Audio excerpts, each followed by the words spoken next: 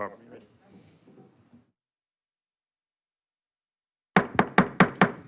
Let's call this meeting to order. Public notice this meeting was properly posted at Synergy Business Park, King Street Building, and on the agency's website, and provided to all requesting persons, organizations, and news media in accordance with Section 30-4-80 of the South Carolina Freedom of Information Act. First is the approval of our agenda. Mr. Chairman, our printed agenda, we have one which is 7H that's canceled, so I'd like to make a motion to approve it with that exception. Second. All right, I have a motion and a second. All those in favor say aye. Aye. All right, approval of absent members. Ms. Ryan is out today with illness. Motion approved. Second.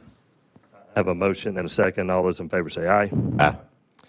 Next is the approval of our minutes from 5/13/2026 meeting. Second. I have a motion and a second. All those in favor say aye. Aye. Chairman remarks. We'll be moving on to our initial application hearings. When I call your name, you'll come up to one of those seats at that desk. You can pick this microphone up and move it close to you, because if you don't, we won't be able to hear you. And we'll go from there. So with that, the first application is Vienam and Demov. Yes, sir.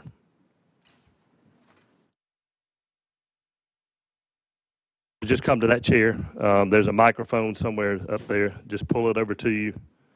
Like I say, you can move the whole base and whatever. Hey, good morning. Good morning, sir. Mr. Demov, you know you had right to be represented by counsel today, and you're going to waive that right? Yes, sir. All right. The court reporter is to your left. She will swear you in, please. Yes, sir. If you raise your right hand, do solemnly swear the following testimony to be the truth, the whole truth, and nothing but the truth, to help you God? Yes. Thank you. Mr. Chairman, members of the Commission, a builder's license for Mr. Demov could not be approved at staff level. There was less than 1 year of experience and more than 3 categories on the experience affidavit.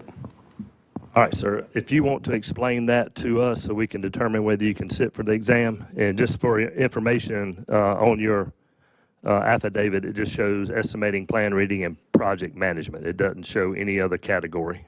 Okay, well, basically, I guess I don't know if you guys can see any of my stuff that I brought up here. Is that possible to show you guys any of the documentation that I brought? Hand it to staff and let her look at it real quick.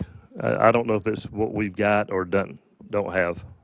So basically, I own a remodeling company, opened it in 2021. I'm actively buying and selling real estate, overseeing the whole project. I'm using a GC qualifier whenever it's needed. I don't have experience under a builder per se, but I'm actively in remodeling, in house flipping, and I'm trying to start building homes. And I just need to get my license, so I'd like to get permission to take the test.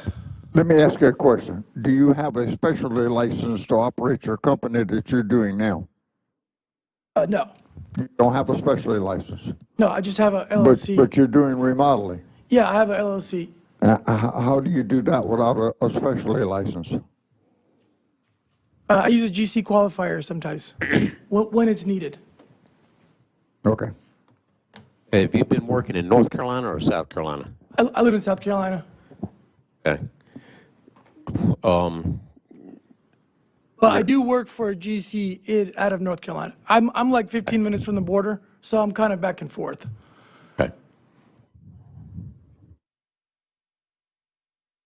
All right, so with that being said, give us, what do you do on these jobs? Are you just overseeing, or are you actually hands-on, or? Well, I purchase real estate through my company, Coast to Coast Renovations, and I do fix and flips. So in these pictures, all these jobs were houses that I bought and sold that I oversaw the whole process, either actively or I hired the subcontractors to complete the work that needed to be done by subcontractors such as the plumbing, electrical, and mechanical. All right, that's what I was trying to get at. So do you just pick the phone up and call subcontractors to do all the work, or are you actively doing the work yourself? Some of the phases I do myself, and then, like I said, the plumbing, electrical, mechanical, I hired those out, and I have licensed contractors that do that kind of work.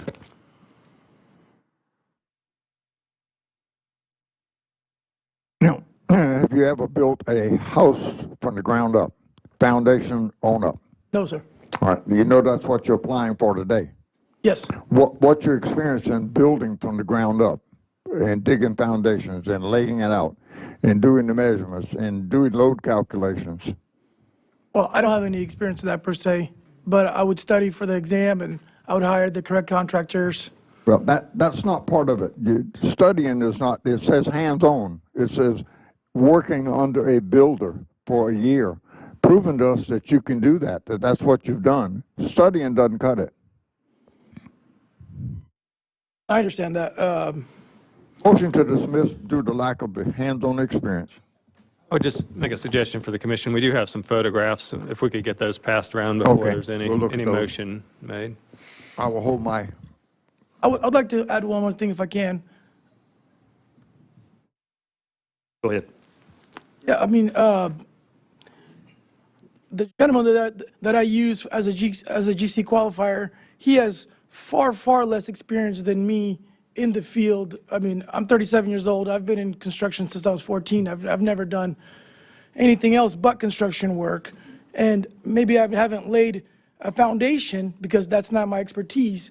But the person that I do hire to do the foundation work, he will have that. And it's going to be inspected by the local building inspector. It's not like I'm going to go build something that's out of code.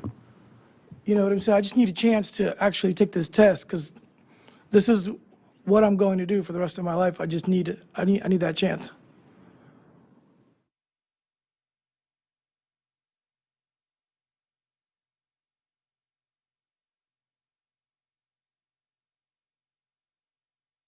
Let me just ask you a question. Yeah, Who's pulling the permits? a local general contractor. So you're paying him a fee to pull the permit, Yes, sir.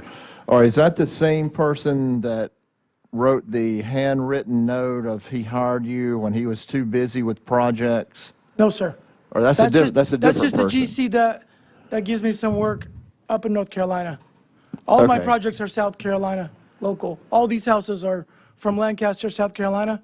That's where I live, and that's where I operate out of. That's all the pictures? Yes, sir. All of them. Most recent one was sold in March.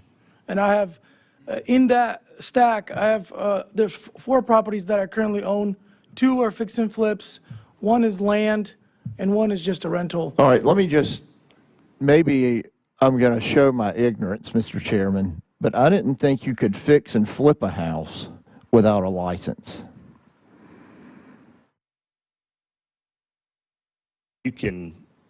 You has to have a general or a contractor pull the permit, then it could be fixed and flipped. It couldn't be done as a owner. So he's owner like an builder. investor then? Yes, sir. Okay, thank you. I'm really not showing my ignorance, Madam Court Reporter. I just wanted that on the record.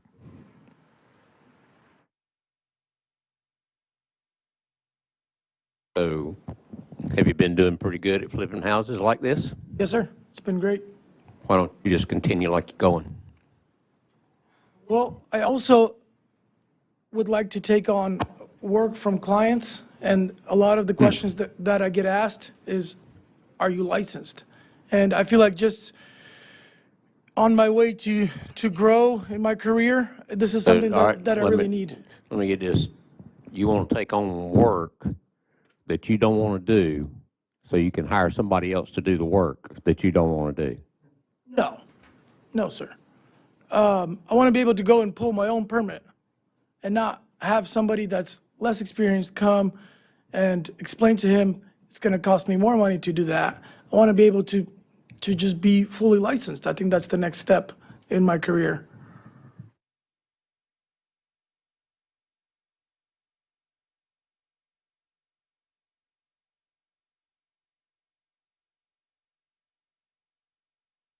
Well, I tell you the problem, you're not getting much response from us up here. The problem is, there's too many people out there that want to do this, that don't have the experience, that haven't done any new construction, that have not put in the time to work for a builder to try to learn the new construction process, which is what you're asking us for. Okay?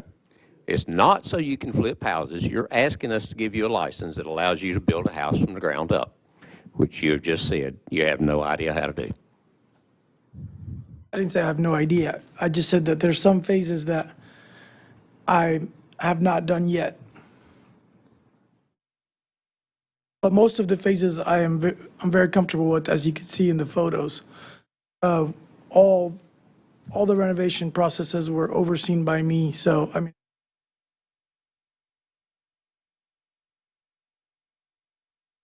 I'm going to renew my motion to deny the application based on lack of hands-on experience in building a new house from the ground up. Second. I have a motion second. Any further discussion? All those in favor say aye. Aye. Any opposed? I would suggest to you to go get a specialty license with us to prove that you can do at least that aspect of construction, and then come back at a later date. Would be one way to to show us that you're like, okay, I've got a specialty license. I've worked doing it myself in these categories, 3 categories, and prove to us that you are going to move forward with this and with that experience. Okay. All right. Thank you. Thanks.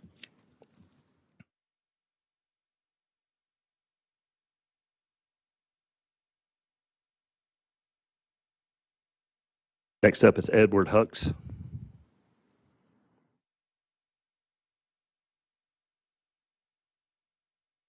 Hey, did he get his pictures back? Yeah. Okay, We marked them as an exhibit for the court reporter since they were presented during the hearing. okay, okay. I believe there's only one copy, so it's gone to the court reporter. Is there Edward Hucks? All right. Jamal Braswell?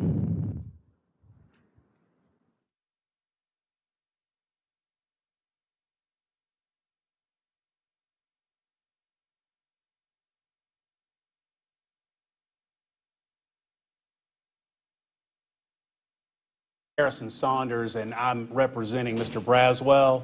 Okay. I appreciate the opportunity to appear before the commission. Thank you, sir. Mr. Braswell, we will need to get you sworn in, sir.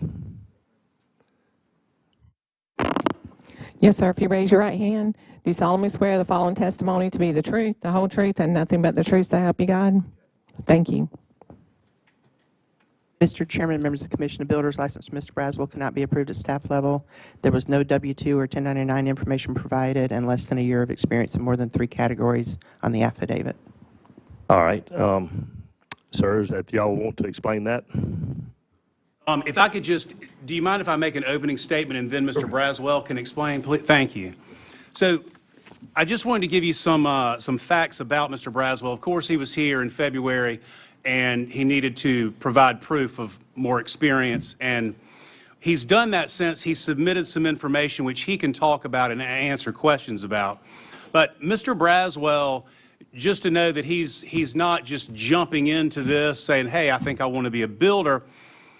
He actually, he grew up in the Somerville area doing work for a friend's father who was a general contractor. That's where he sort of learned in high school. So he kept doing that off and on, here and there. And then in 2016, he got a specialty license and for roofing, painting, carpentry, and did that for a little while. That license lapsed in 2017. He went on to do what he does now, and he's had this business for about 10 years, and that is landscaping, mostly commercial landscaping. Some of his clients, contracts that he has, and I have proof of this, he has contracts with Georgetown County, Berkeley County, county fire stations, commercial jobs that he does.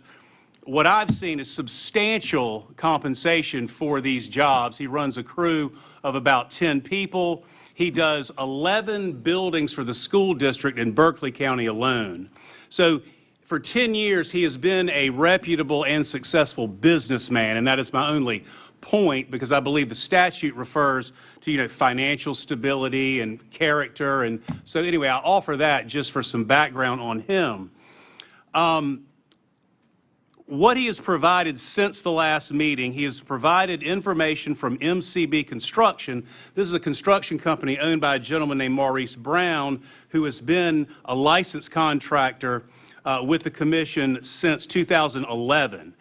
And there is a letter from Mr. Braswell, there is a letter from Mr. Brown, and some photographs that have been submitted several weeks ago that show stages, an example. This is not the only project, but an example of what he has been involved in. And again, he can answer questions on it. But I provide all this to say he is an established businessman, and what he wants to do is he doesn't want to leave, his landscaping business. He would like to be able to sit for the exam, get this license, because he believes he has the tools and the knowledge. Certainly that is your decision, but the representative photos and descriptions, I think, are significant, and his time with this company spanned roughly 2 years, October 2023 to 2025 in October.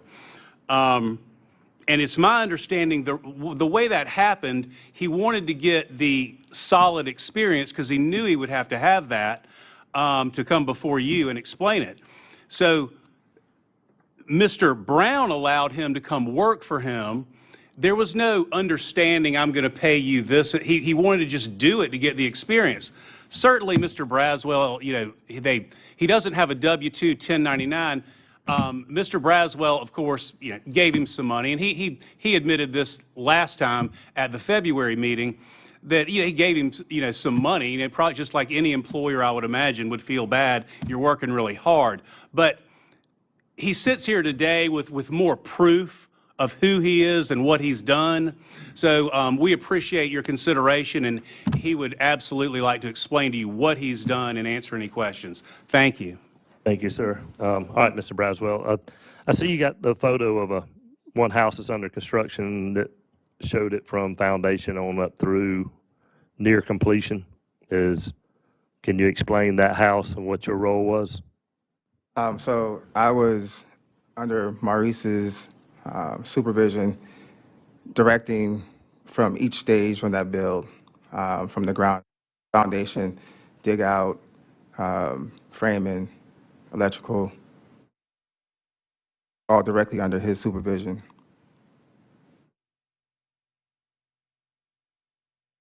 Is that the only house from the ground up? No, there's actually maybe from the ground up 3 or 4 houses that I've been involved in. I don't have pictures of every single one. I just use this one as a detailed explanation of my capability, but also been involved in different stages throughout different, jobs that I've done under Maurice.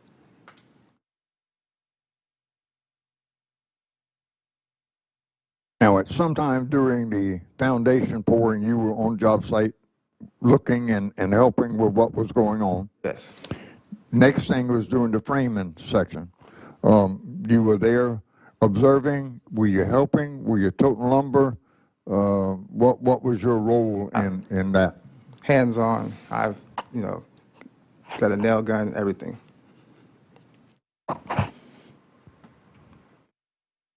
And how long did you have your specialty license before you let it lapse? Was it just one term? It was 1 year. 1 year, okay.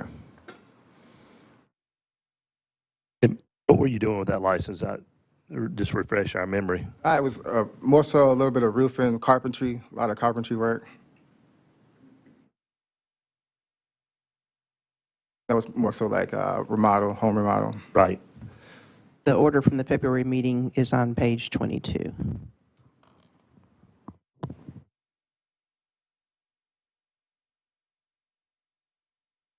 So prior to, and I know this goes back a number of years, so prior to you getting that special license, what'd you do?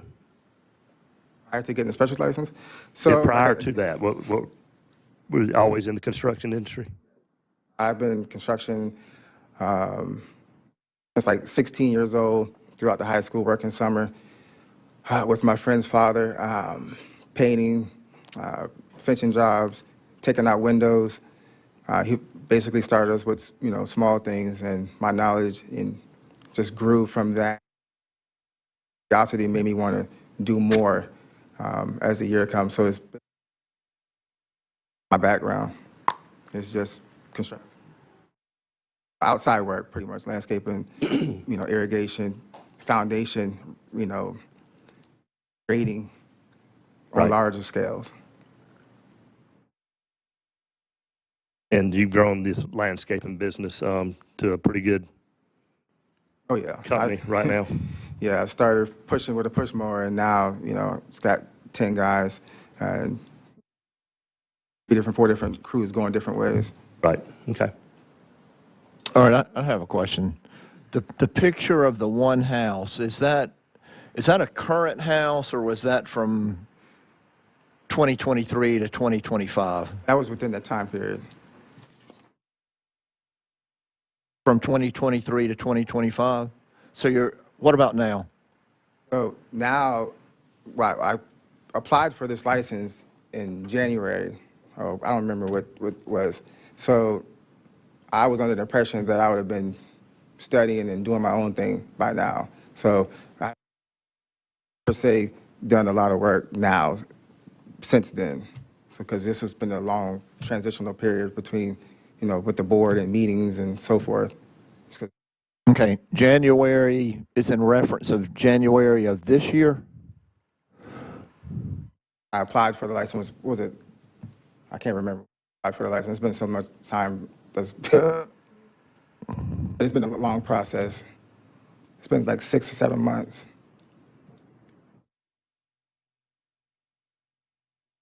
All right, I'm just, First board appearance was in February, so it was, I guess, a few months before that. And the time period ended, I guess, the relevant time period ended October 2025. And I think what he's saying is he hasn't done anything since, because he got the experience and he applied, and Okay. here we are, but still working in his and landscaping. from your side of the table, the experience was gained up until October 2025, and then he applied, correct? Am I following you right? Pretty much, yeah. I applied. All right, When I say applied- yes, say yes. The answer would be yes. Yes. Okay. So what's the reason of February of this year that he was denied? Order shows lack of experience. Yeah, like I'm hands-on experience. He did not have any documentation Yeah. to show his experience, is my understanding of what it was. Okay, thank you.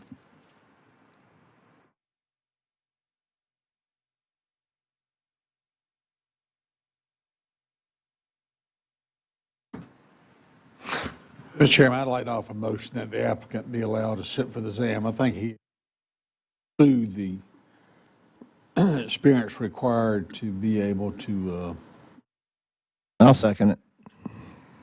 All right, I have a motion second. Is there any further discussion? All those in favor say aye. Any opposed? All right, sir, you'll receive a letter in the mail from us releasing you for exam, and good luck. Thank you. Thank you both. Thank you very much. Yes, sir. Next up is Donald Lane.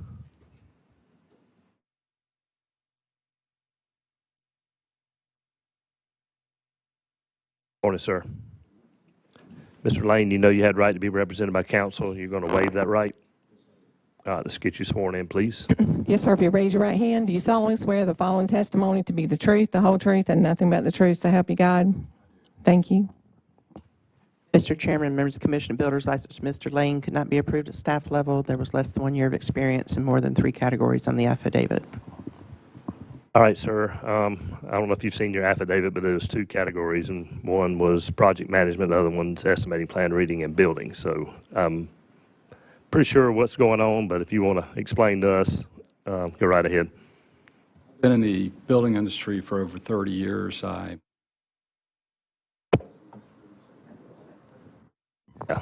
At USC, and I'm in the building industry as a field manager for the John Carlson Company in Charleston, South Carolina.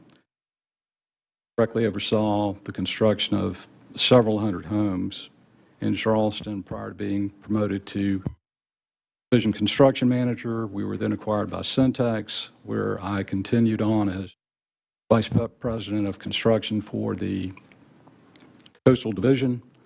Then have proceeded up through several different companies to where I'm now, most recently was division president for Eastwood Homes in Columbia for 8 years. P&L, vertical construction, horizontal construction, land acquisition, land development. I'm now president of SEFH, which is a division of South Residential Division, where we build homes in Poplar Grove and Charleston that are $2 million and up, as well as in Augusta, Georgia, where we're probably $500,000 to $900,000. I'm going to interrupt you for a minute. You think you know how to build a house? I think so. I move that the applicant be allowed to sit for the exam. Second. All right, I have a motion and a second. Unfortunately, the only reason you're here is because the affidavit should have been filled out where every category should have been marked off, because obviously you are proficient in all those categories. And they weren't, and staff has their hands are tied on moving that forward. So with that, we have a motion second. All those in favor say aye. Aye. Any opposed? All right, sir, you'll receive a letter in the mail releasing you for exam. Get your Thank you. license and build more houses.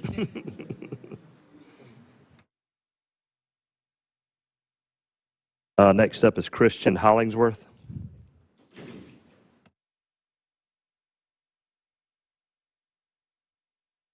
Morning, sir. Morning. Hollingsworth, you know you had the right to be represented by counsel today, and you're going to waive that right? Yes, sir. All right, let's get you sworn in, please. Sir, if you raise your right hand, do you solemnly swear the following testimony to be the truth, the whole truth, and nothing but the truth to help you God? I do. Thank you. Mr. Chairman, members of the Commission of Builders, licensed Mr. Hollingsworth could not be approved at staff level. There was less than 1 year of experience in more than 3 categories. All right, sir, if you want to explain that, I think it's probably the similar, maybe just not as many years. Yes, sir. So I've been working for Grantham Homes in Charleston for about 2 years now as a project manager. I'm currently overseeing 12 projects, and we are a little bit of a smaller company compared to a tract home builder, so I do get to see like all the way from land clearing up until the finished product versus a tract home where a lot of times they're just handed the lot that's ready to go. Last year I finished about right around 10 houses, and right now I'm on track to build 12 for this year. Okay. So how many years have you been doing this, roughly? Right at 2 years, and then before I started working for Grantham, I went to Clemson, and while I was there, I was doing remodeling for a builder up there. What was your degree at Clemson? Business. Okay.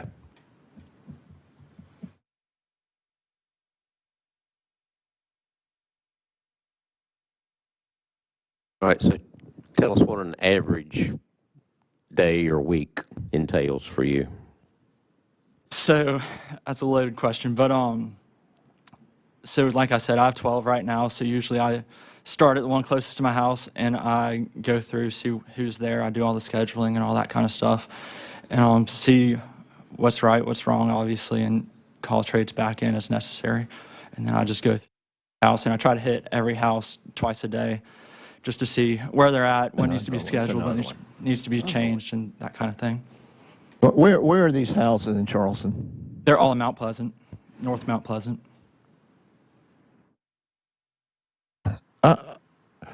I know we have a long list today, but I know that Grantham is reputable in Charleston. I'm going to make a motion, we allow Mr. Hollingsworth to sit for the exam. I'll second. I have a motion and a second. Any further discussion? All those in favor say aye. Aye. Any opposed? All right, sir, same thing. You'll receive a letter in the mail Thank you. releasing for exam, and good luck. Next up is Dylan Timms. Can I just ask a question? If the affidavit is incomplete, where is the process of, is it not ever sent back, or is it sent back? And because I'm not trying to take away from anyone on this list, but those two probably didn't need to come. We will send it back if the applicant contests it and says he filled it out wrong, or if the person signing it says, I misunderstood, I filled it out wrong. Yep. Okay, thank you.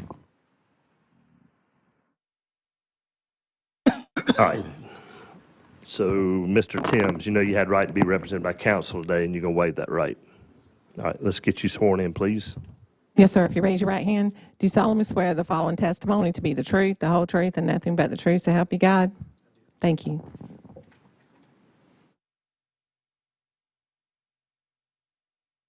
Mr. Chairman, members of the Commission of Builders, license for Mr. Timms could not be approved at staff level. There was less than 1 year of experience in more than 3 categories, and the W-2 or 1099 does not appear to depict 1 year of full employment.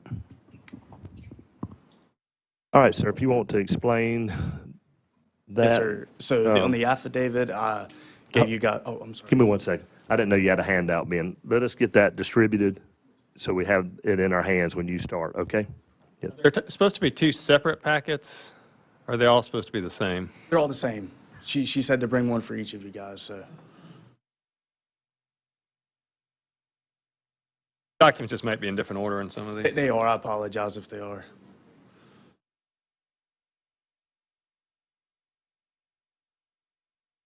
You're going to see some COs and some permits that on jobs that I worked on.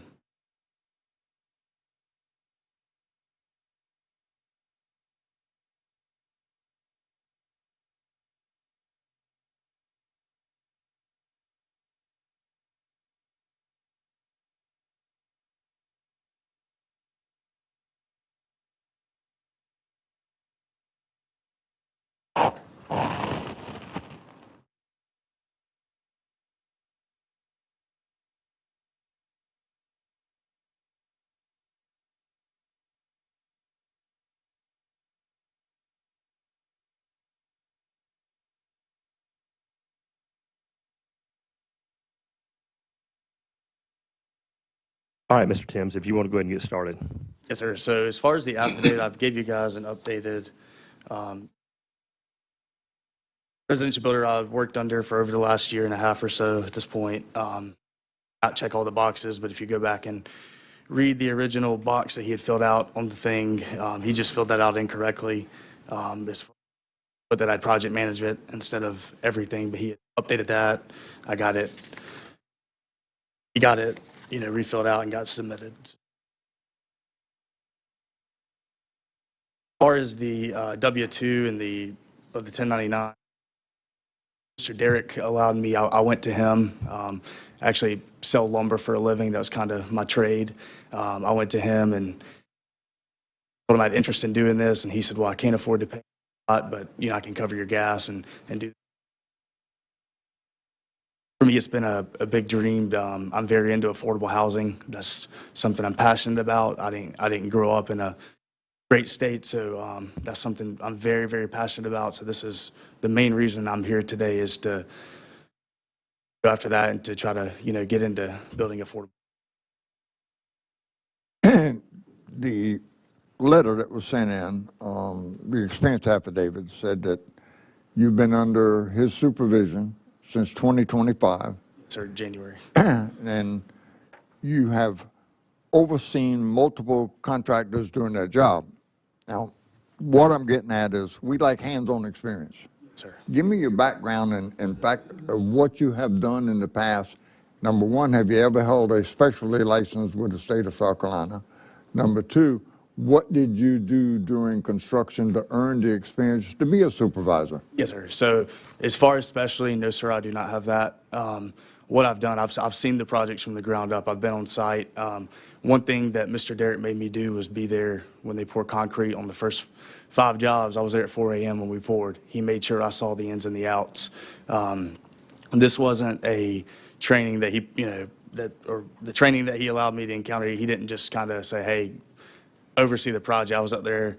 I'm not going to framed on every house, but there was times I had to get out there, see the importance of load-bearing walls, seeing the important truss repairs, getting those sent in, walking with inspectors, hearing how, how things need to be done, so. But as far as ground up, everything from underground plumbing inspection to your CO to your blue tape walk, I've been a part of everything that you have here. I've been a part of every single one of them, except there's 2 permits that we're currently working on right now that I've been a part on everything up to. We're going for rough ends, so. So how many houses would y'all be doing at one time? So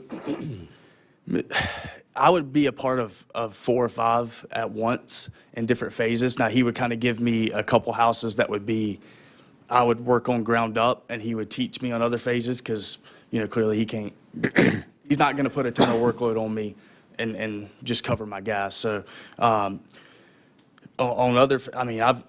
these right here, I've been everything ground up. There's a few more I've been a part of everything, but they were more supervised by him, not necessarily me running, so I didn't feel it'd be fair to bring that before you guys today. I was just trying to get a feel of how many projects y'all kept going at one time. I believe last year you probably did 20-ish houses, maybe 25. So a fair amount. Yes, sir. And it's all semi-production. Typically is what he does. He'll do a couple customs. Mostly everything's on slab. We're not doing a ton of crawl space. We did have one. Mostly everything is on slab, so. All right, and my last question is about how many hours a week were you on these job sites? So we put 15 because I don't want to lie to anyone, but it was 25 is typically how many hours per week, especially this year. I've been out there probably more than that, so. So if you're, let's say we average 20 hours a week, and you've done this for 2 years for them, 2 plus, or About 2? a year and a half or so, Okay. yes, sir. So we're pushing right at full-time, almost a year. Yes, sir. Okay. And I do, so what we didn't include is I do all of his estimating, all his lumber takeoffs, all his deck and truss designs, window exterior door takeoffs, all that good stuff. That's kind of, more my true background. So that is not included in that hour per week number. Yeah, so you got the estimating down pretty good. And I noticed in your latest packages handed out, there's an updated applicant's work experience. Yes, sir. That covers all the trades rather than just project manager. Yes, sir. That's what I was saying at first. He had not checked all those accidentally. If you go back and read the first one, Right. he actually, I'm not gonna, if you go back and read, he copied what he said in the writing section, but he lists all that out, what I'd done from ground up construction. Well, I Wait- think you're wait a you're minute. lacking a Wait. little bit of hands-on experience, but, yeah. I'm Quick sorry. question Go before. ahead. Couple things. Who is your lumber sales experience with? Carter Lumber. Carter Lumber. Yes, sir. 3 permits here. Yes, sir. The total square footage, is that square footage under roof or is that heated square feet? So that is going to be under roof. Yes, sir. So heated square feet was approximately, We're anywhere from 18 to 2,400 square foot. It's typically, like I said, we did do the bigger one last year. He was more hands-on with that one than me. I didn't run that entire project, but that one was about 4,000 square feet. okay, thank you. Well, I have one question. So you work at Carter Lumber Yes, sir. That's why I'm not able. in Easley? Yes, sir. Okay. What I couldn't do is financially quit my job with a wife. I understand Yes, sir. that. That's the reason. I really wish I could have. This is what I'm passionate about. So, but All right, that's it. Sorry. Well, and what I was going to say, you still got a little bit of hands-on experience that's lacking, but I think your ability, your understanding of the job will serve us well. So I'll make a motion, we'll allow you to sit for the exam. Second. All right, I have a A motion and a second. Is there any further discussion? All those in favor say aye. Any opposed? All right, sir. You'll receive a letter in the mail releasing you for exam. Thank you for your time. Thank you. Yes, sir. Gather up these packets. If you'll just hold on one second, sir. We'll gather up these packets you handed, and we'll hand those back to you. We'll leave one for the court reporter. Next up is Antonio Anderson. Nobody wrote in theirs, did No, I didn't.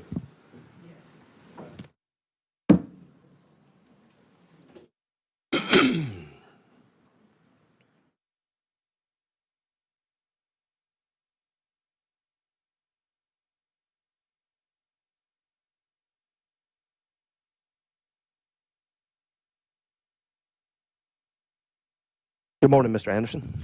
Morning, how you doing? Good, sir. Mr. Anderson, you know you had right to be represented by counsel, and you're going to waive that right? Yes. All right. Let's get you sworn in, and if the lady beside you is going to testify on your behalf, sworn in also.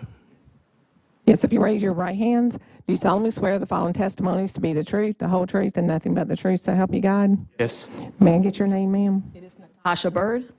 B-Y-R-D or B-I-R-D? Y-R-D. Thank you. I did not recognize Ms. Byrd. I need to recuse. Your dress today. I did. I combed my hair. All right, we'll get you a recusal letter.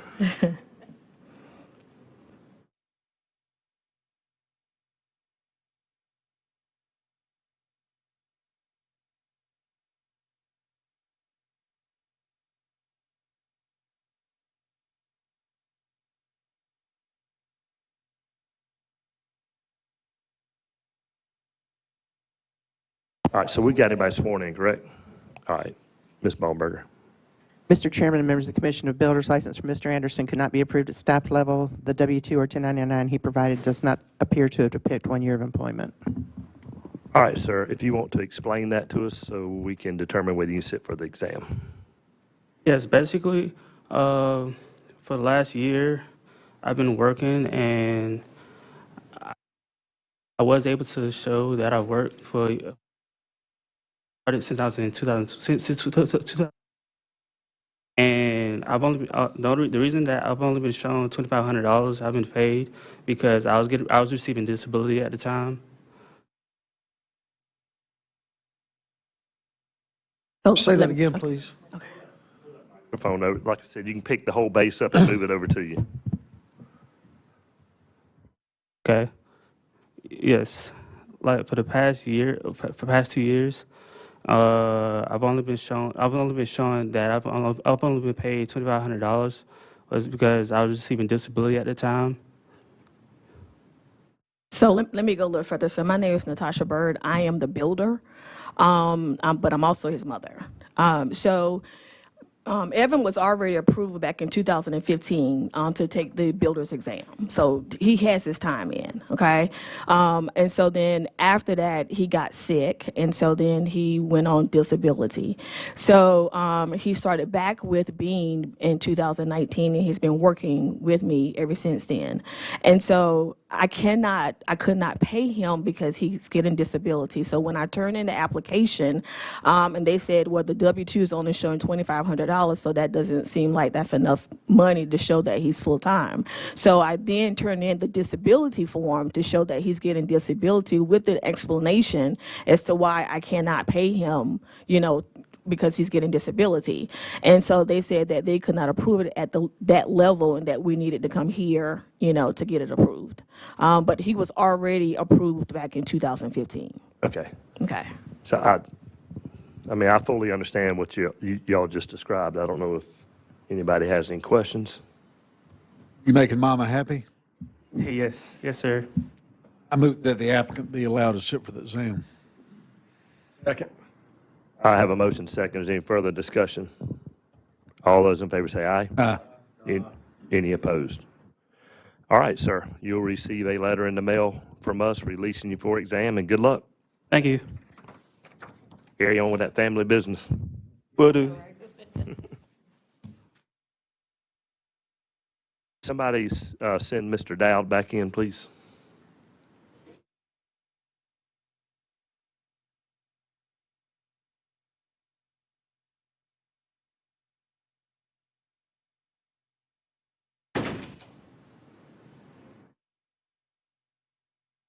Next up is Luke Lilly.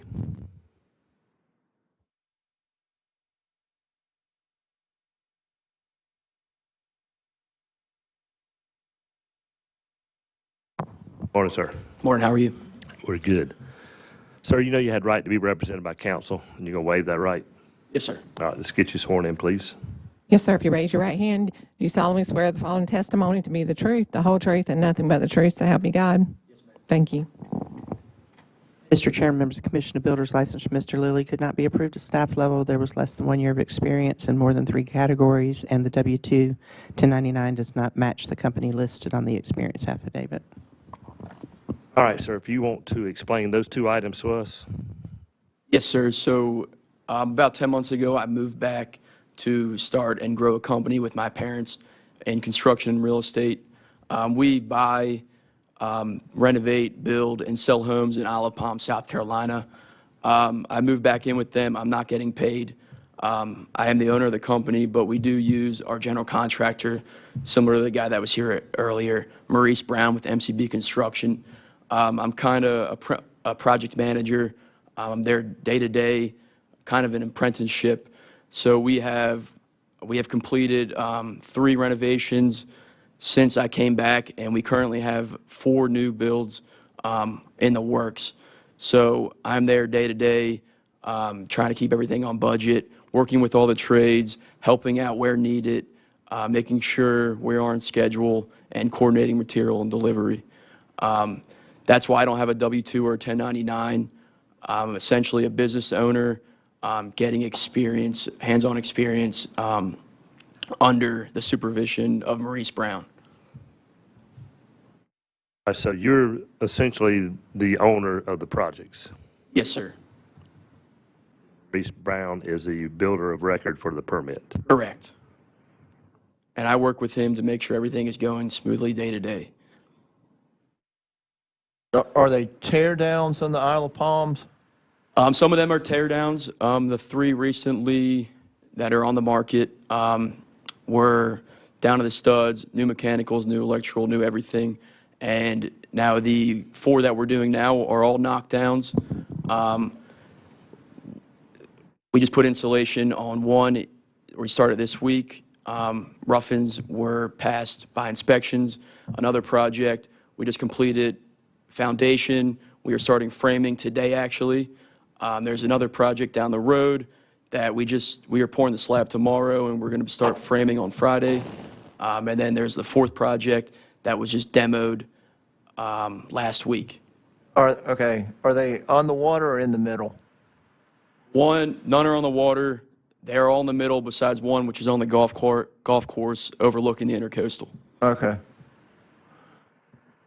And that is your full-time job, overseeing these projects? Yes, sir. I quit my job, like I said, about 10 months ago. I was doing medical device sales in New York City.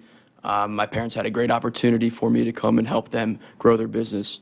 And, I plan to start building homes, new construction for them and myself and clients in the future. So your education is a degree from Clemson in Bachelor of Science of Finance in Real Estate? Yes, sir. Okay. I graduated in Motion, we let 22. them sit for the exam. Second. I had a motion. Who was the second? Earl? Okay. Any further discussion? All those in favor say aye. Aye. Any opposed? All right, sir. Good luck on the exam. You'll receive a letter. Thank you, everyone. Have a good day. Thank you.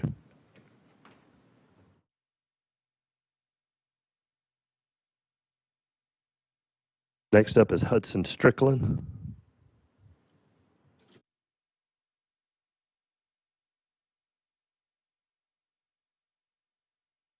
Morning. Good morning, sir. Mr. Strickland, you know you had right to be represented by counsel today, and you're going to waive that right? Yes, sir. All right. We get you sworn in, and I assume the gentleman beside you is going to testify on your behalf? Yes, sir. He's my grandfather. Okay, let's get you and your grandfather sworn in, please. Yes, if you raise your right hands, do you solemnly swear the following testimony to be the truth, the whole truth, and nothing but the truth, so help you God? Yes, ma'am. And may I get your first name, sir? Jim Is it last name Strickland? Dillon. Dillon, D-I-L-L-O-N? O-N. Yes, ma'am. Members of the Commission, an HVAC license for Mr. Strickland could not be approved at staff level. There was no experience affidavit provided. All right, if you want to explain that real quick, and then I'm sure your grandfather's going to finish it off. Yes, sir. So I've been doing heating and air for coming up on 4 years now. Graduated high school early and started doing it. Kind of only reason for the experience affidavit missing is just some, I work for some smaller family businesses and they just see me as pure competition. So, but all the experience is there, 1099s, W-2s, had my EPA license. I just couldn't get that affidavit due to some bad blood, I guess you would call it. Nothing that I did wrong or they did wrong. They just see it as All right, so how many years have you been in it now? coming up on 4 years. Okay. And what, is it mostly change out, new construction? So both? I've done, I'll explain my experience. Graduated high school early, started doing installations for about 6 months. Got the opportunity to work with another company, phenomenal company. They were doing, I did maintenance for them, dealt with a lot of customers, did a little bit of sales, and then with the other company I went to for the past year and a half, I did service, sales, basically ran the whole gig, team management, subcontractor management, everything you could think of. All right. Mr. Dillon, what is your role in all this? I'm just here as a character witness. I'm planning on naming my company after him. From the time I was 13 to 17, I did some construction with him in high school, doing drop ceiling and commercial construction. He taught me good work ethic and how to do stuff the right way, not cutting corners. So. I think the problem is when you're their age, you try to get out there and he's trying to do the right thing. And he needs this to go on, He's got the experience, but I guess we don't need to name names of people he's worked for because you know what I'm saying, but these are all reputable people. He's not the first one that's come in here without an affidavit because yes, sir. Whether it's family or competition or whatever, Well, or yes. unwilling to sign or you don't even want to ask. Yeah. That was what I was going with. I didn't want to ask. Because he signed a no complete clause, which in South Carolina, is no good. But anyway, he felt like that he didn't want to ask them, so. Understood.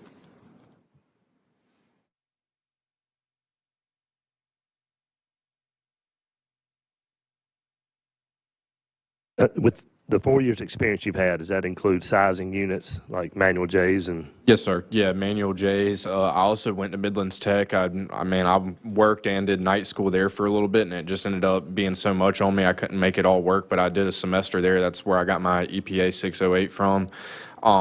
But yeah, I've done manual J's, sizing units. I've done a little bit of new construction. I'm not going to sit here and say I've done a ton of sizing for that and stuff, but. But you know how to do it. Yes, sir. Yes, sir. Yeah. I'd already got my books to take my test just because I didn't know it was going to be this much of a process to get to the point.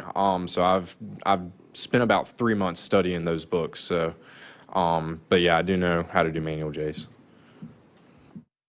Need to keep on studying. Yes, sir. Make a motion, we let you sit for the exam. Second. I have a motion second. Any further discussion? All those in favor say aye. Aye. Any opposed? All right, sir. Thank y'all both. You'll receive a letter in the mail. Thank you, sir. Y'all have a great day. Yep, you too.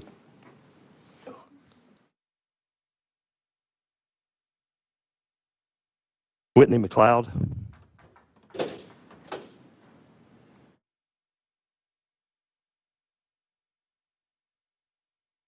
morning, sir. Good morning.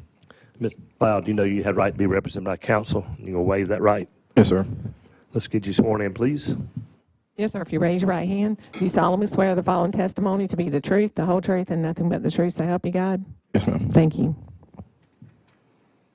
Mr. Chairman, members of the Commission of Builders, license for Mr. McLeod could not be approved at staff level. There was no experience affidavit provided, and the applicant only had 8 months of experience. All right, sir, if you want to explain those two items. Yes, sir. I graduated from Winston-Salem State 2020 with my economics degree. I got an opportunity to work for Lennar Homes down in Orlando, Florida.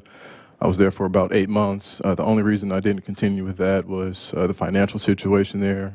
I did have my father assisting with mortgage and whatnot, so I did get an opportunity from State Farm about 8 to 9 months into that role.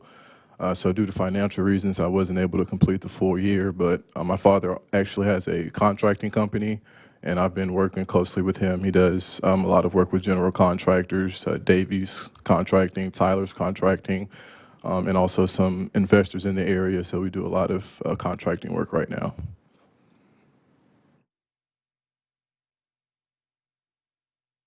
All right, just a quick, when you have done, let me back up. How many homes have you ground up been a part of? Round up closer to 2 or 3 in total. In my 8 months, I think I did about 6. They gave me homes on different stages. From slab up, it was about 2 homes, and other than that, I've done everything from framing all the way to the blue tape with the customer walkthrough. And when you say you've been contracting with your father, what type of contracting? Yes, sir. We do everything from remodels, roofing. I'm actually a claims adjuster with Allstate at the moment. I have 2 years of experience with State Farm catastrophe team adjusting, and I've been with Allstate 3 years as a virtual catastrophe adjuster. So I do have experience estimating.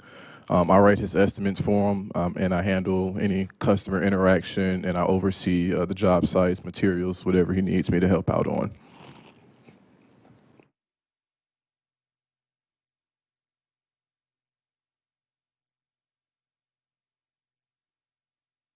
I mean, I know the 8 months doesn't constitute a full year, but then you throw in what you're doing now, it kind of, it's all tied back and related.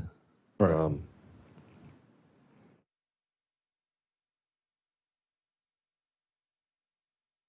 Are you claims adjuster for homes or automobiles or? Yes, property. I'm sorry? Property, yes, sir. Property, okay, thank you.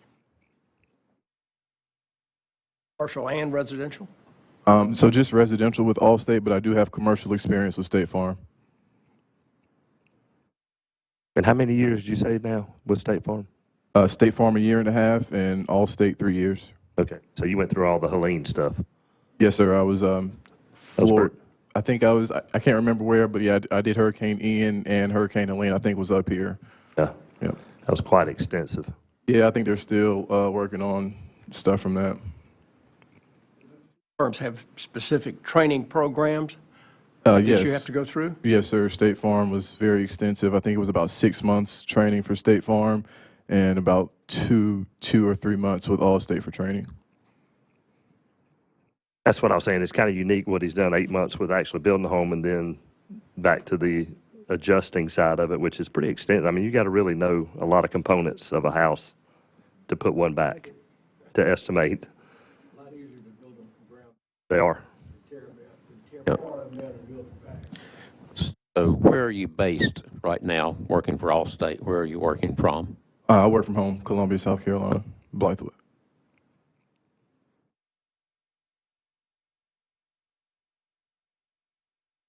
I make a motion to be allowed to sit for the exam. Second. I have a motion second. Is there any further discussion? I just have a question. You mentioned Hurricane Ian. Were you in Florida? Yes, sir. What part of Florida? Jacksonville. Closer. Oh, geez, it wasn't Orlando. I can't remember the area. It was closer to the beach, though, over On the Gulf side? Panhandle. Yeah, closer to the Panhandle side. Okay. All right. Thank you. Sir. All right, so I have a motion second. All those in favor say aye. Aye. Any opposed? All right, sir. You'll receive a letter in the mail. Thank you. Thank you.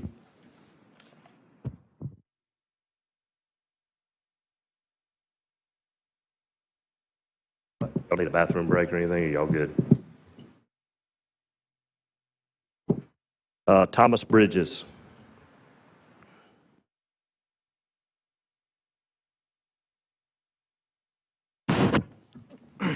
Morning, Mr. Bridges. Morning. Sir, you know you had right to be represented by counsel, and you're going to waive that right? Yes, sir. All right, let's get you sworn in, please. Yes, sir. If you raise your right hand, do you solemnly swear the following testimony to be the truth, the whole truth, and nothing but the truth, so help you God? Yes, so help me God. Thank you. Mr. Chairman, members of the Commission, a plumbing license for Mr. Bridges could not be approved at staff level. There was no experience affidavit provided or no W-2 1099 information provided. All right, sir, if you want to explain that to us.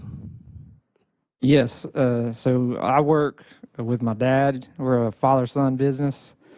He's been doing it for 40 years, and when I was growing, that's longer than I've been alive. When I was growing up during the summers, I would help him, and I'm not asking you to consider that as part of the experience, but it did prime me for 4 years ago when I started working with him full time. And currently, we do a lot of service work, but we also do new construction from anywhere from, we've done a few slabs this year, and almost all of my experience pretty much is hands-on. I've done tied-in sewer taps on main sewer lines, and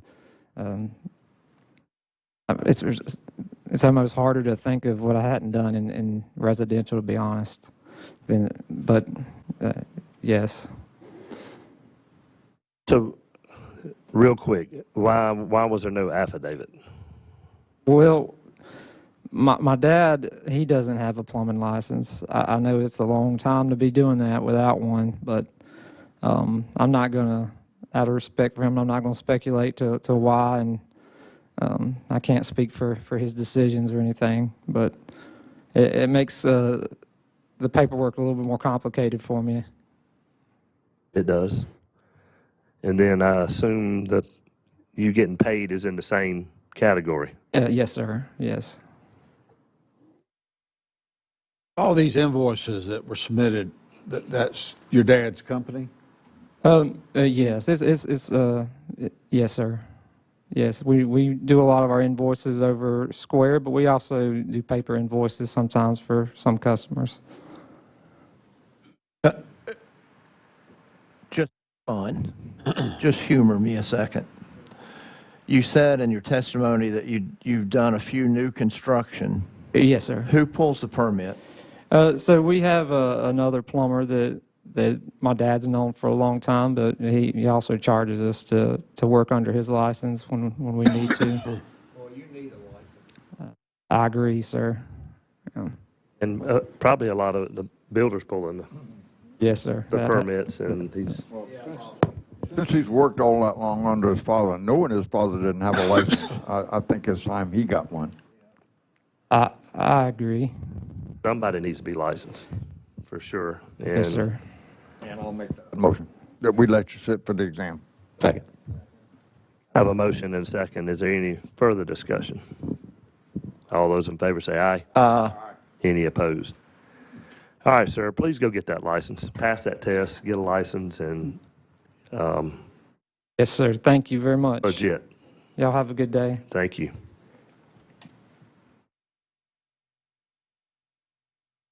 Alfredo Martinez.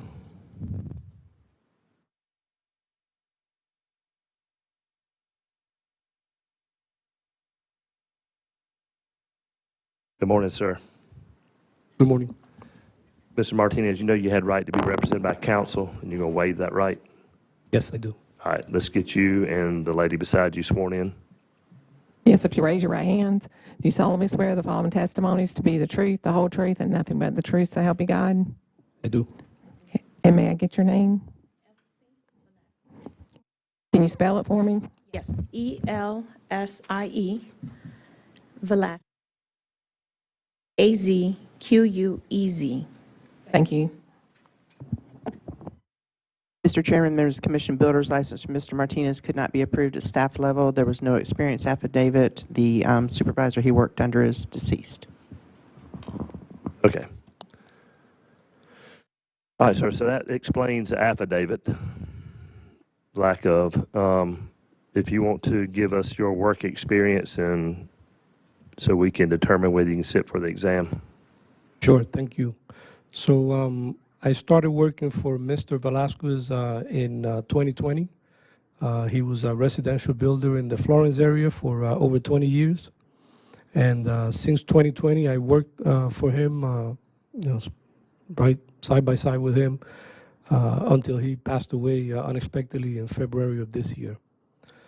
So I never really tried to become a builder myself because he treated me well, and I didn't want to be his competition, and I was happy working for him as his right-hand man. But it was very unexpectedly that he passed away, and I got all this experience from working with him for 6 years, and I need to provide for my family, so I decided to give it a shot. All right, so all that time working with him, what type of homes did y'all build? We built custom homes mainly. During the pandemic, we were building as many as 10 to 12 homes a year, and it was just me and him.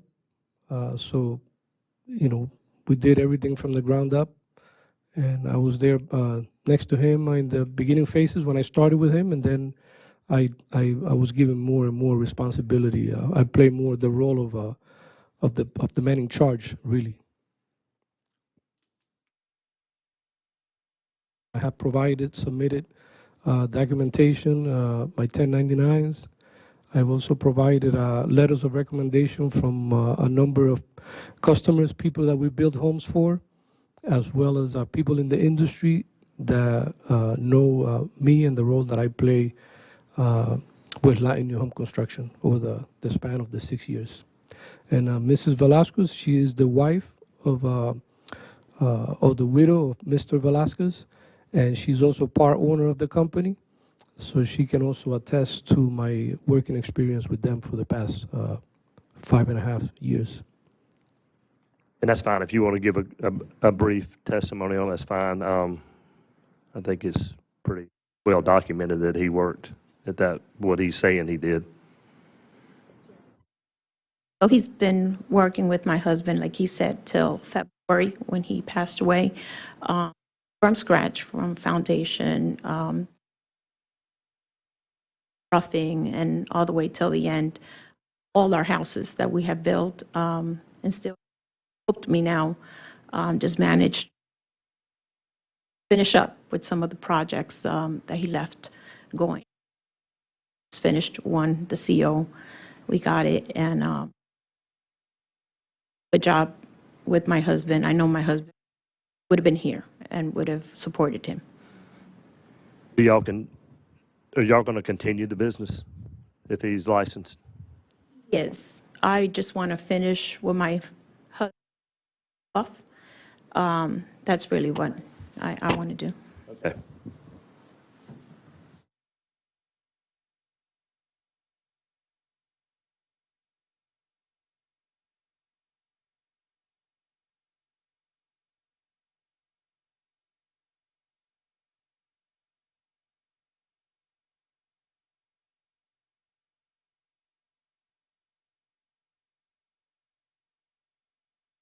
I think we have a lot of documentation, even from a home inspector, or I'm sorry. Building inspector. Yeah, building inspector. Yes. I mean, I think we should let him sit for the exam. I agree. I'll make that a motion. We allow him to sit for the exam. Have a motion and a second. I agree. I mean, there's ample evidence. I mean, you can't run a two-person construction company without one really doing your job. So anyway, have a motion and a second. All those in favor say aye. Aye. Any opposed?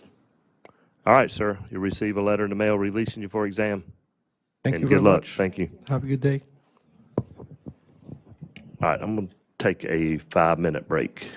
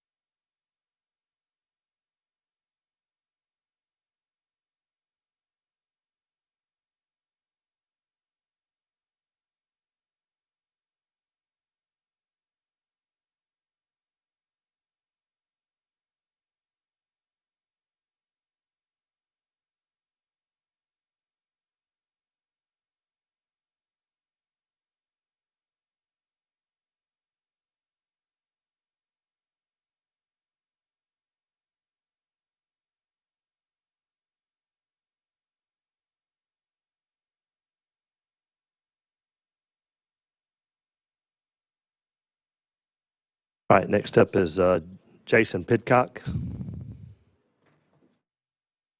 Jason Pidcock. All right. David Rivers.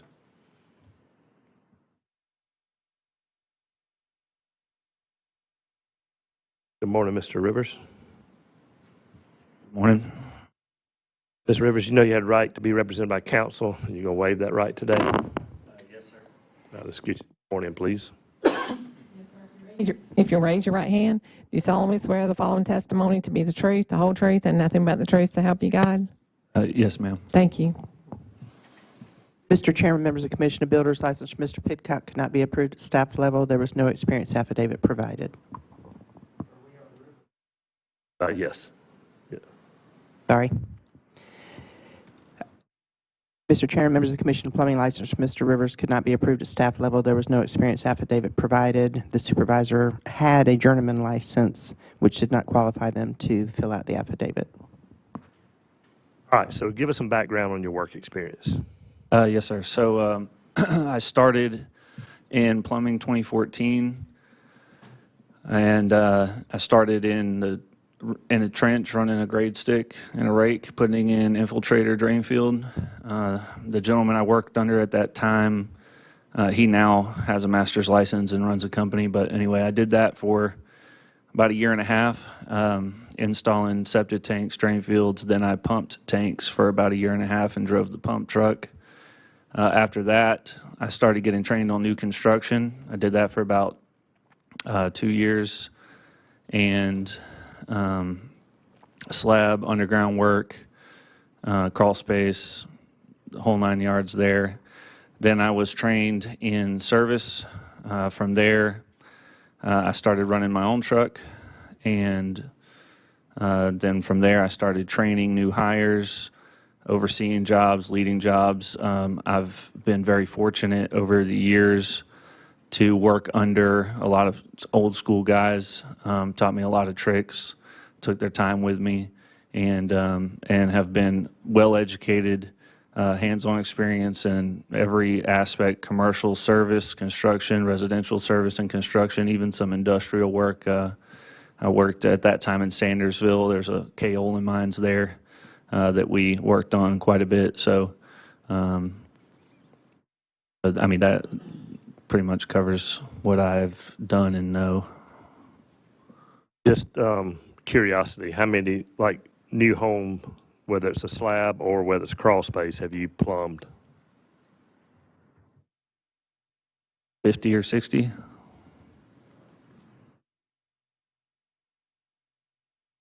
Been doing this in the plumbing industry since 2014, right? Yes, sir. Okay.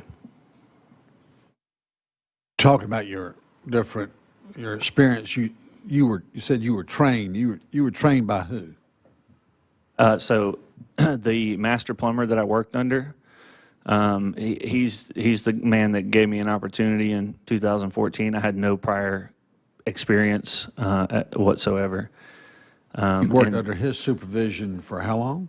Until 2021. He passed away, unfortunately, during COVID, and so, you know, he was the boss, and he also employed men that were specialized either in construction or service or septic tank installation, and so he saw potential in me, and so it allowed me to kind of work up.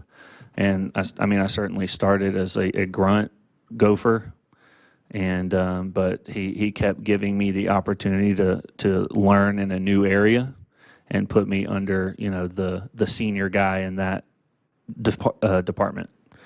But all of that was under his supervision. Keith was really cool about showing up on the jobs, sitting down, taking time with you, teaching you a little trick here and there. He was very through that time. Was that work mostly in Georgia? That work was mostly in Georgia, yes, sir.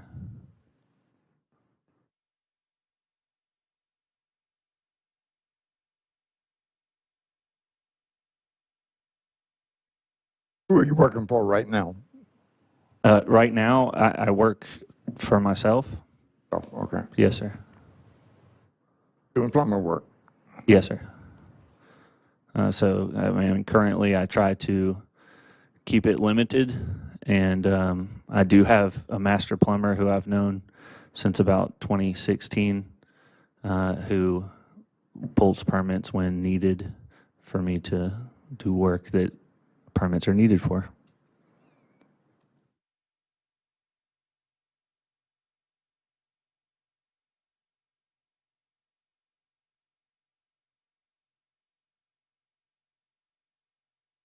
Well, not trying to be repetitive from earlier in the day, but you need a license.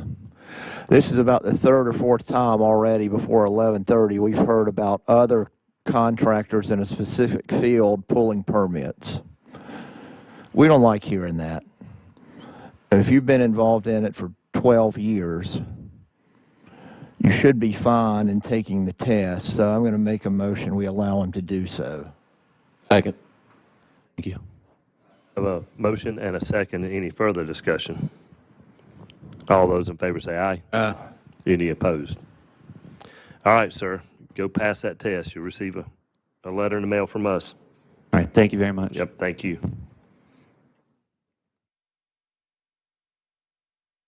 Next is Mark Tomasi.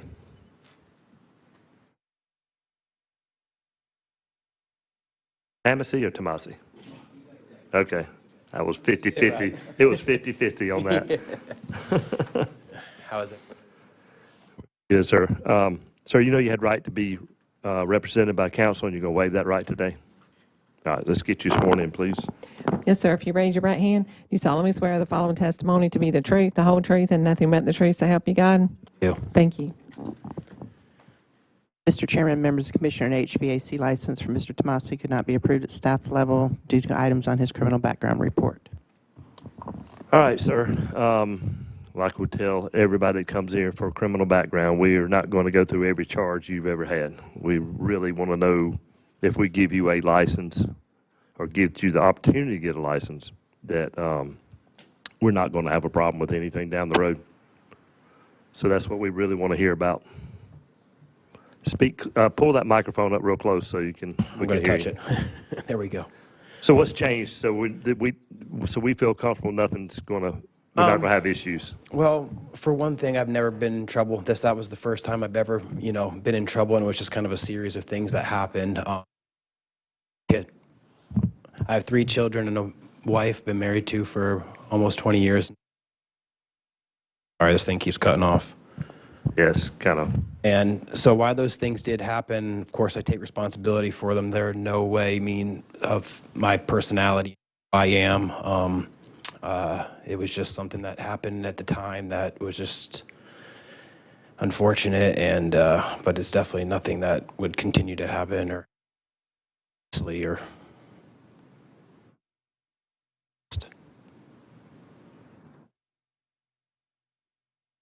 And I'm sorry, we're probably not going to give you much interaction until these things are so hard to read. Okay. So it takes a minute to read through them and figure out, what we're actually looking at. And I can explain too. It's whatever's easiest for you guys. If you want to do a quick explanation, I mean, like I said, does not need to go into great detail. Sure. Quick explanation was, in 2018, I was staying in a house and somebody got hurt very bad in that house, and I drove that somebody to the hospital and walked onto the doors and, helped him. I did not file a police report or go to the police from that.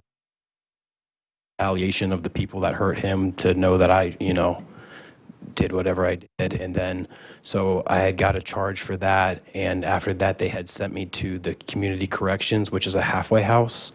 And the just horrible. I finally found a job that was in walking distance, and my case manager forgot to put in that I had a pass to leave that day, and because I was within my 60-day probation period at that job, they wouldn't. They told me, you missed day of work, you're fired. So it was just a really rough place to live. So basically, I just packed up my clothes, my backpack, and walked out of there. And that was where the escape charge came from. And did you serve any time at all?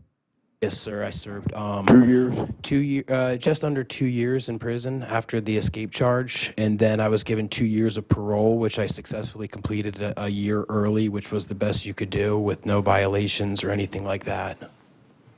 And nothing since then? Nothing since then. Not a speeding ticket or And that anything. was all in Colorado? Yes, sir.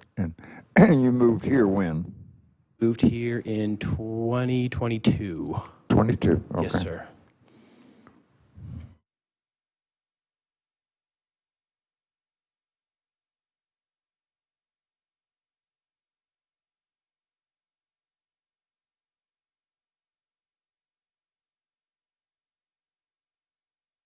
Just better understand your situation a little bit better.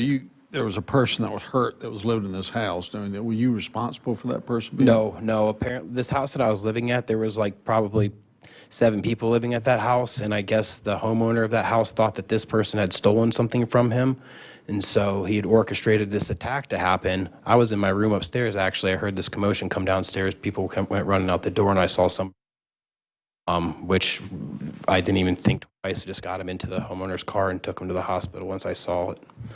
I didn't have any part of it. My main charges come not going to the police right after it happened.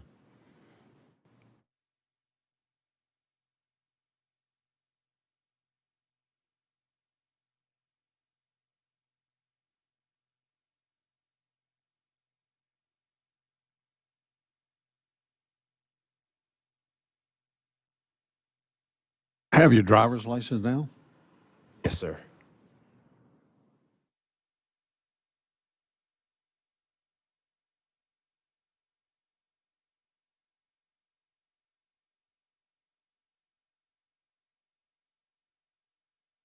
And don't think we're trying to single anybody out on this. Anybody that has a criminal background, we bring here that are looking for a license or registration because we actually want to do a wanna see- in-person interview to see what we're dealing with.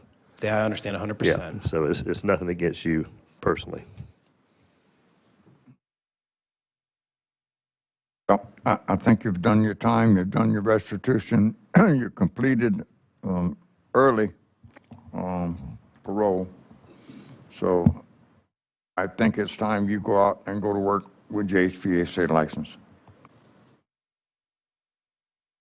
So he's already been approved to take the test, but he's got all the information that he should have? Yes, sir, All just right, the criminal thank you, sir. background. I just make that a motion, we allow him to sit for the exam. Second. I have a motion and a second. Is there further discussion? All those in favor say aye. Aye. Any opposed? All right, sir. Good luck on your exam. Yeah, everyone. Yep, thank you. Justin Todd.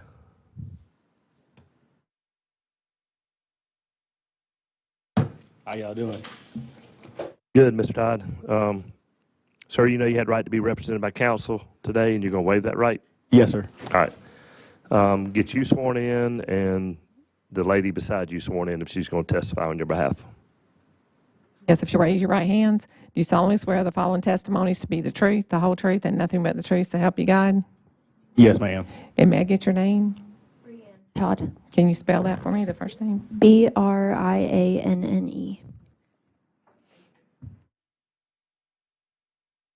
Mr. Chairman, members of the commission, an HVAC license for Mr. Todd could not be approved at staff level due to items on his criminal background report.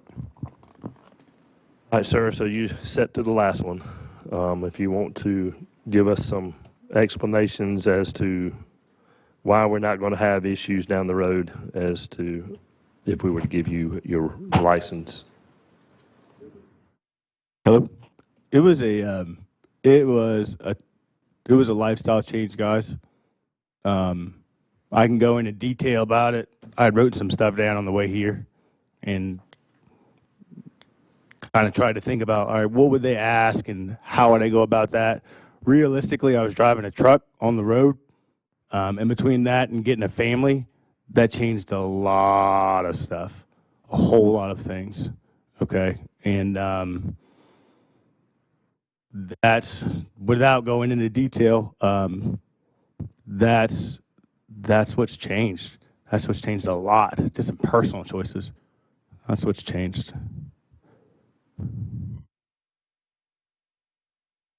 I'm just trying to quickly look through some stuff.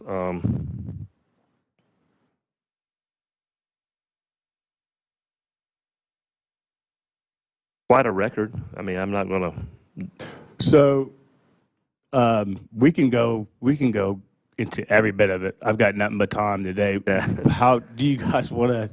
Well, I guess when we start seeing domestic violence and repeatedly over and over, I mean, our biggest concern is if you're doing work for someone and there's a heated argument or whatever, that it's not going to be an issue. That you know. So since those incidences,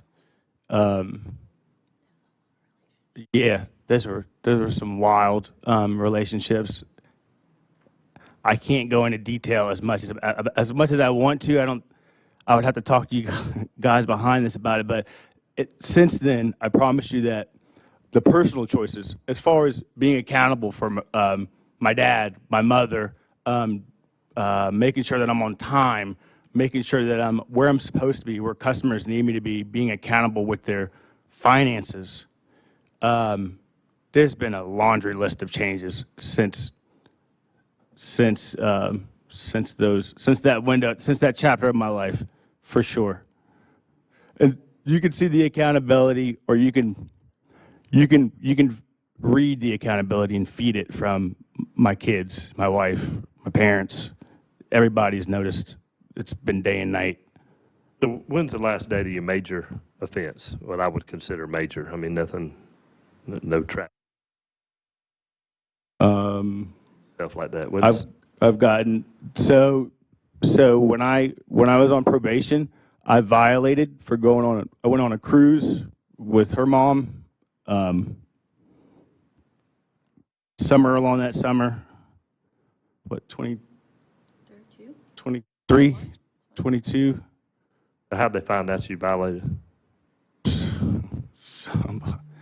The rest of those charges that are on there is the person that turned him in because she was not happy that he was on vacation. Oh yeah, it was. It's a lot more detailed than. I just don't want to waste you guys' time. I really don't want to tell you the whole. I mean, I'll tell you guys the whole story, but it was a love. Okay, I get it. I get the gist of that. It was a relationship. Right. I'm sorry, guys.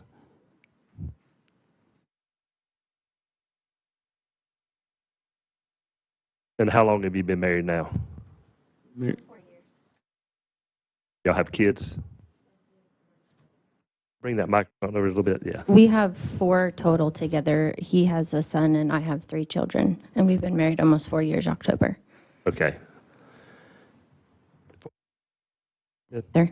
And in those 4 years, since you've known him, has he had any issues at all? Any problems? No, this is all from like a relationship that started back 17 years ago. A lot of that on his criminal record is from a previous relationship when he was 18, 19 years old, that the mother of his child has followed obviously into his life. And some of that was her not being happy that he's moved on in life. And criminal domestic violence can go a lot of different ways. I think in the state of South Carolina, you could spit on somebody and it's domestic violence. So that's where he's saying he's able to obviously go into detail a lot of that, but nothing, it was directed at a relationship, not someone that he's going to be in a home with and do business with. And it was a different time of his life that he's definitely moved on from. Okay.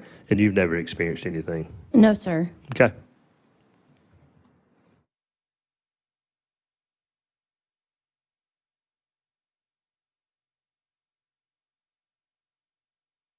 And are you on any kind of probation or anything right now? No, sir. I'm off. I've been waiting for this opportunity for so long. Violation of your probation because you went out of the country on the cruise? Is that? Yes, sir, I did.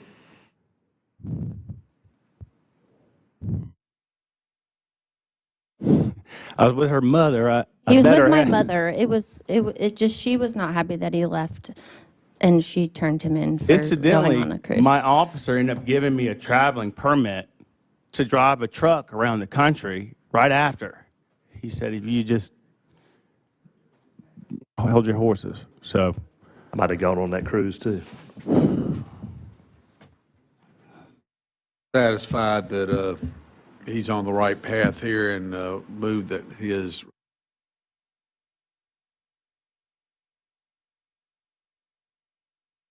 at the appropriate Second. motion. He would still need to take the exam, correct, Ms. Baumberger? So I think the Yeah. motion would be to It's- approve him to sit for the exam. And I had a second over here. Yeah. Okay. So we have a motion and a second. Any further discussion? All those in favor say aye. Aye. Any opposed? All right, sir. You receive a letter in the mail, and good luck on the exam. Guys, thank y'all. Thank you.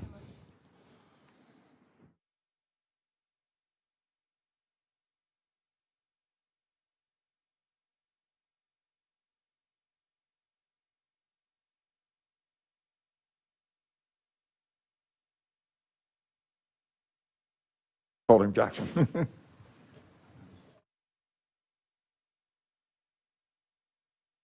Okay, so the next applicant, Jackson Karalik, I can't pronounce that one. Is he coming in the afternoon?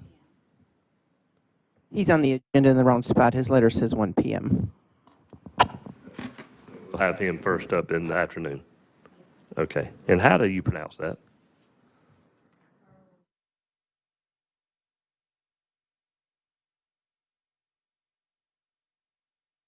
Okay. And I see lunch is here. Is that correct? All right, so we'll go ahead and do our lunch break. So we're resuming at 1 or before 1? This 30, 40-minute break, and then we'll start. And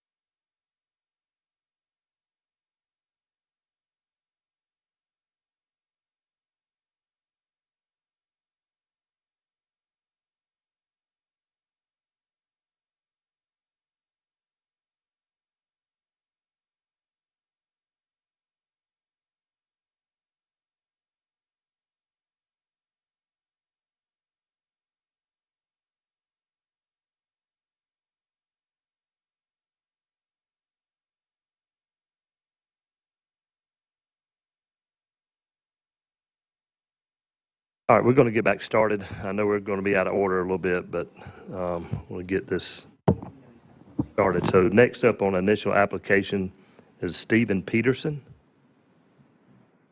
Mr. Peterson. Yeah, if you'll come up to that table, yes.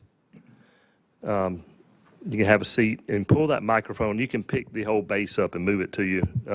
It's very sensitive, so you have to be pretty close to it. Good. All right, yes, sir. Good afternoon, sir. Mr. Peterson, you know you had right to be represented by counsel today, and you're going to waive that right? All right. To your left is our court reporter, and she will get you sworn in. Yes, sir. If you raise your right hand, do you solemnly swear the following testimony to be the truth, the whole truth, and nothing but the truth to help you God?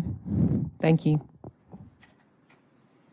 Mr. Chairman, members of the Commission of Builders, licensed Mr. Peterson cannot be approved at staff level. The supervisor does not have a building classification on his license, so he's not authorized to complete the experience affidavit. Housekeeping thing. Do you? We're supposed to start back at 1 o'clock. Are you fine starting early on your testimony? Yeah, I'm good. Okay. All right. So, with that question she just had about that, tell us about what's going on with the. It does not have a building classification on his license. I think his license, which I found out after I submitted it, structure license for a general contractor. So it's an interior license? Okay. That's fine. Tell us, what did y'all do and how long have you worked for him?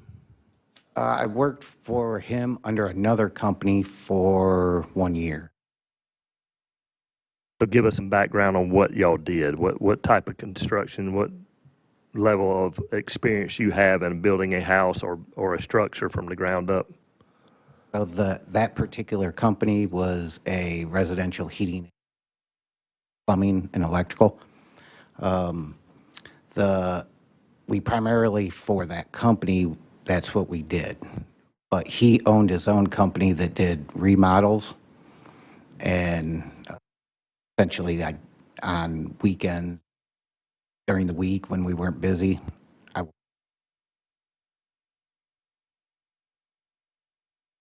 So, I mean, how many years of construction have you got under your belt? I've been in the trades industry since 1995. As far as building houses, I haven't really ever built houses. I worked with a guy that had recently passed away, general contractor's license. So Yeah, I'm saying that thing is so sensitive. that better? Yeah, so most of your background is in renovation. Is that correct? Yeah, mostly renovation. I currently own a company and I've ran it for 10 years, that is renovation handyman type stuff.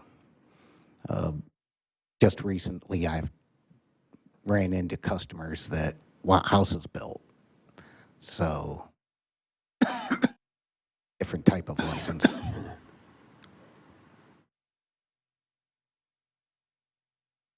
Now, the company, you don't have a builder's license? No, I don't. And do you have a specialty license? No, I don't. Now, how are you working if you don't have a specialty license to work? I just did handyman work. Say what? I did handyman work. Oh.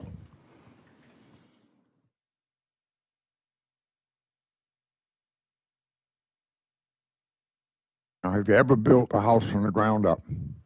I have not. You have not. Have you ever worked for anybody that on job site that you've participated in building one from the ground up? I have. Yeah. Okay. And how many? That? Total on and off for about 5 years. He was the gentleman that passed away.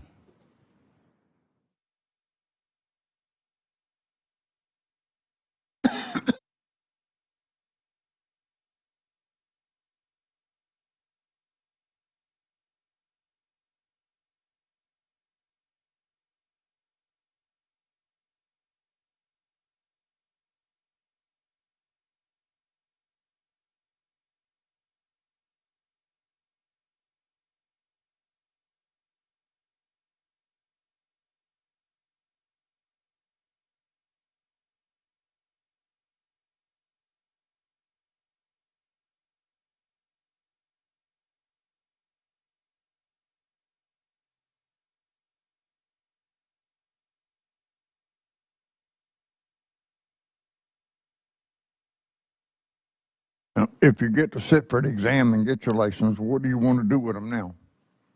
I'd like to rehab houses, build houses.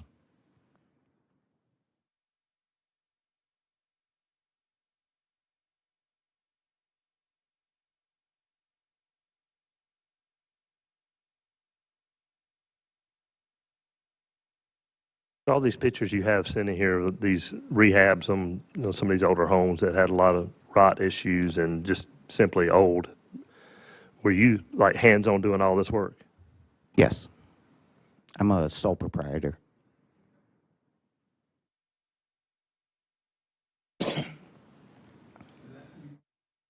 I'm looking at these pictures, and I'm on the right page here. You call that handyman work? I mean, it started out as handyman, just doing a simple project, and then it turned into something different. After you expose something, that was where I would have the other guy that I was working with, that he didn't work for me, but I helped him out on a lot of heating and air conditioning problems that he had, so he helped me out on my end of it. Some of actually had to turn over to him. Yeah, the pictures depict you doing building work, not handyman work. That's a lot of renovation work.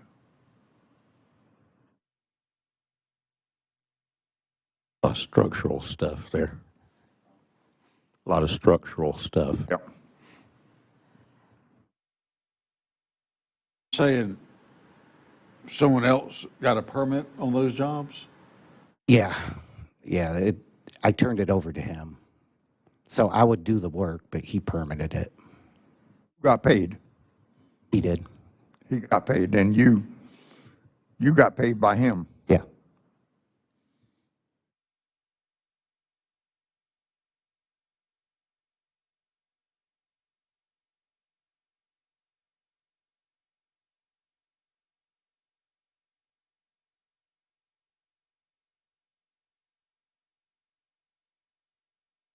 License in heating and air work? No, that was Mr. Geiger. All this heating and air that you have pictures of? That was Mr. Geiger, the one who signed off on my affidavit. That he, Working for him as a subcontractor? yeah, Okay. those also are anything that I run into that I have to get permitted. Obviously, I can't pull the permit, so I turn that over to him. And he doesn't do much work in South Carolina. He's out of Monroe, North Carolina. So he just comes down to verify that everything was right, pulls the permit.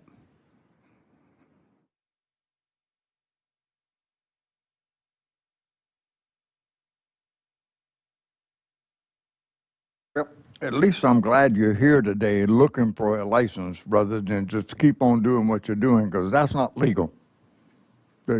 You're license lending without knowing it. You're getting somebody else to pull the permit and you're doing the work. So you're going out and getting the jobs. Then you get somebody to pull the permit. So yeah, I'd rather see you do it legally.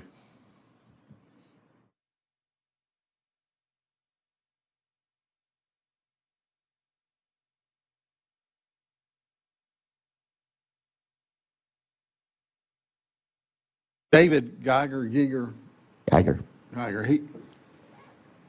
he was supervisor? Yeah, we were both supervisors. I was more of a service supervisor, and he was an install supervisor.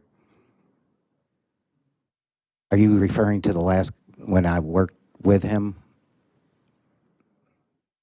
Yeah. Yeah. I just looked up David Geiger, and his license lapsed in 2017.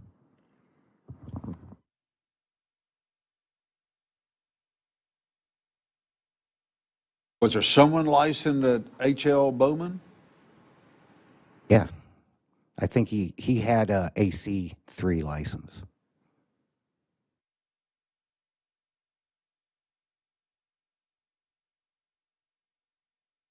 Does have a residential builder's license of some sort.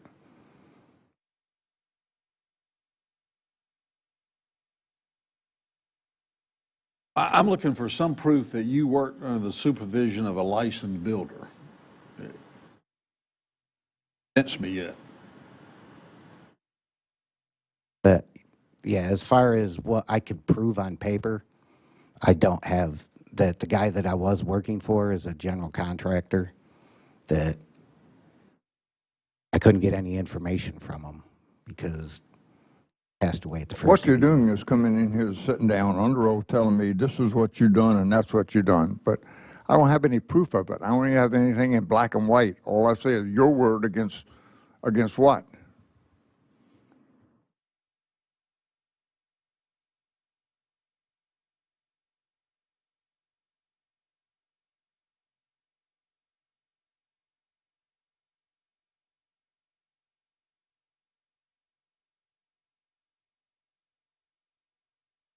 I'm going to have to make a motion that we not allow you or deny your application based on proof of hands-on experience. What would I need for proof? Because I see a lot of people out there that are. You're not a lot of people. You are one sitting in front of me today. So what would I need for proof? Go to work for a builder, just get licensed that can sign off. Get yourself a specialty license to prove to me you're working out in the field. Anything other than just you sitting there telling me what you've done. Hold on one second. I got a motion and I got a second from Mr. Dowd. Second, so we can continue discussion, yeah. Now we're discussion. Okay, I'm done.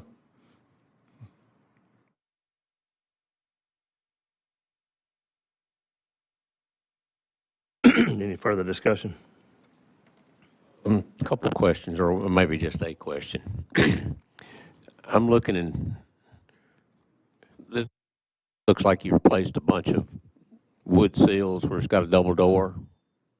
Yeah. And you know what I'm talking about. And then you get down here, and all of a sudden, in another picture, it looks like there's a series of round piers poured. Oh yeah, it was that particular one that somebody else had already started some work and they couldn't finish. I don't know what those piers were for. I didn't do those piers. That there was like 10 feet of the rim joist that was rotted.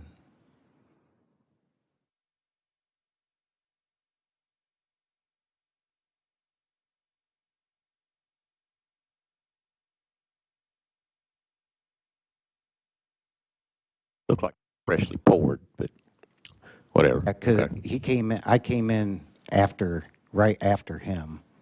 That all I did was put the block back in that he had taken out, and the homeowner didn't want him there anymore.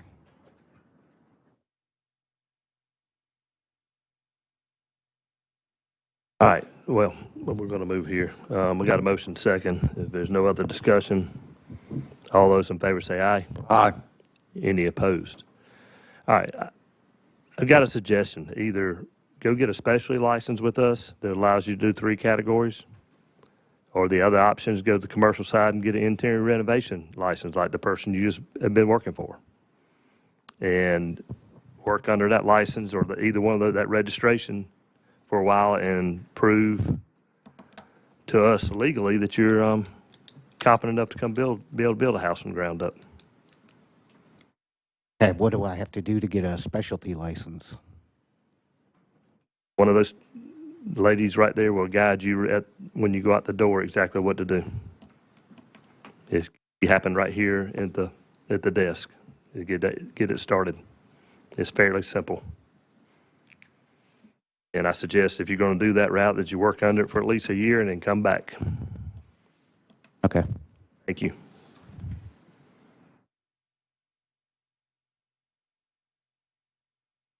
All right, I'm going to move back up to regular scheduled agenda. So is there a Jackson, is it Carol Schick?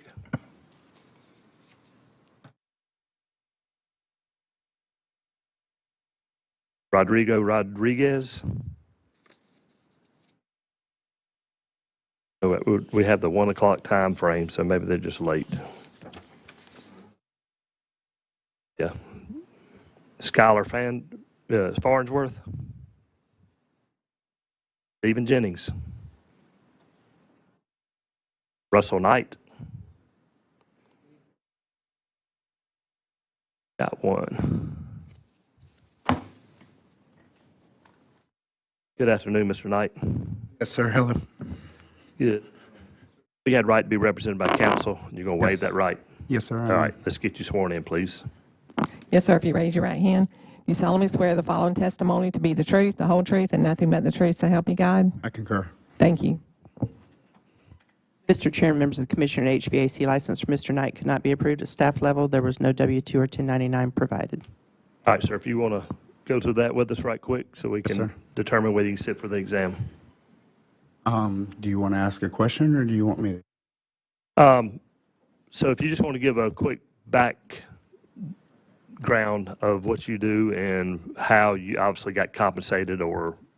Okay, so back in 2024 when I met Mr. David Kelly, I was currently already employed, but I met him through a church function and he needed some, let's say, physical help. But my job that I had at the time had restrictions as far as being able to be employed by someone else. I'm sorry, I've got butterflies in my stomach. Y'all make this very official. We're not. So, I was under restrictions that I wasn't able to get compensated for work outside of work. I have a CDL. That's what I was doing for employment then. Mr. Kelly needed help with duct work, trash, thrown away. You know, he's an older gentleman. He's held his license for about 47 years. I started as, I guess, an apprentice, non-paid, because I realized the restrictions that I was under. He already had an employee. He's only been a two-man gang pretty much his whole life. So he was already delegating his funds towards that, but I realized that I enjoyed the work. So I continued to work with him all the way up until about November last year. His employee got cancer and he wasn't able to work anymore. And I was able to work out compensation with Mr. Kelly to where, you know, I was able to put my phone number on the shirt. I'm able to accept the service calls. He pays me everything that he receives off the service calls. I get paid $50 an hour for any kind of install work that we do. He also splits major jobs. It was beneficial for me to stop working trucking and continue with Mr. Kelly. This arrangement has been that he was training me to take over when he finally quits. Since then, I've also communicated with some other contractors. I have some general contractors that I'm going to have some meetings with. I was actually supposed to go to a meeting today, but I forgot that I had this appointment. I thought that it was the 20th, and then my wife was like, the 20th is Saturday. I said, well, they're not meeting on Saturday. So I had to skedaddle down here to meet y'all instead.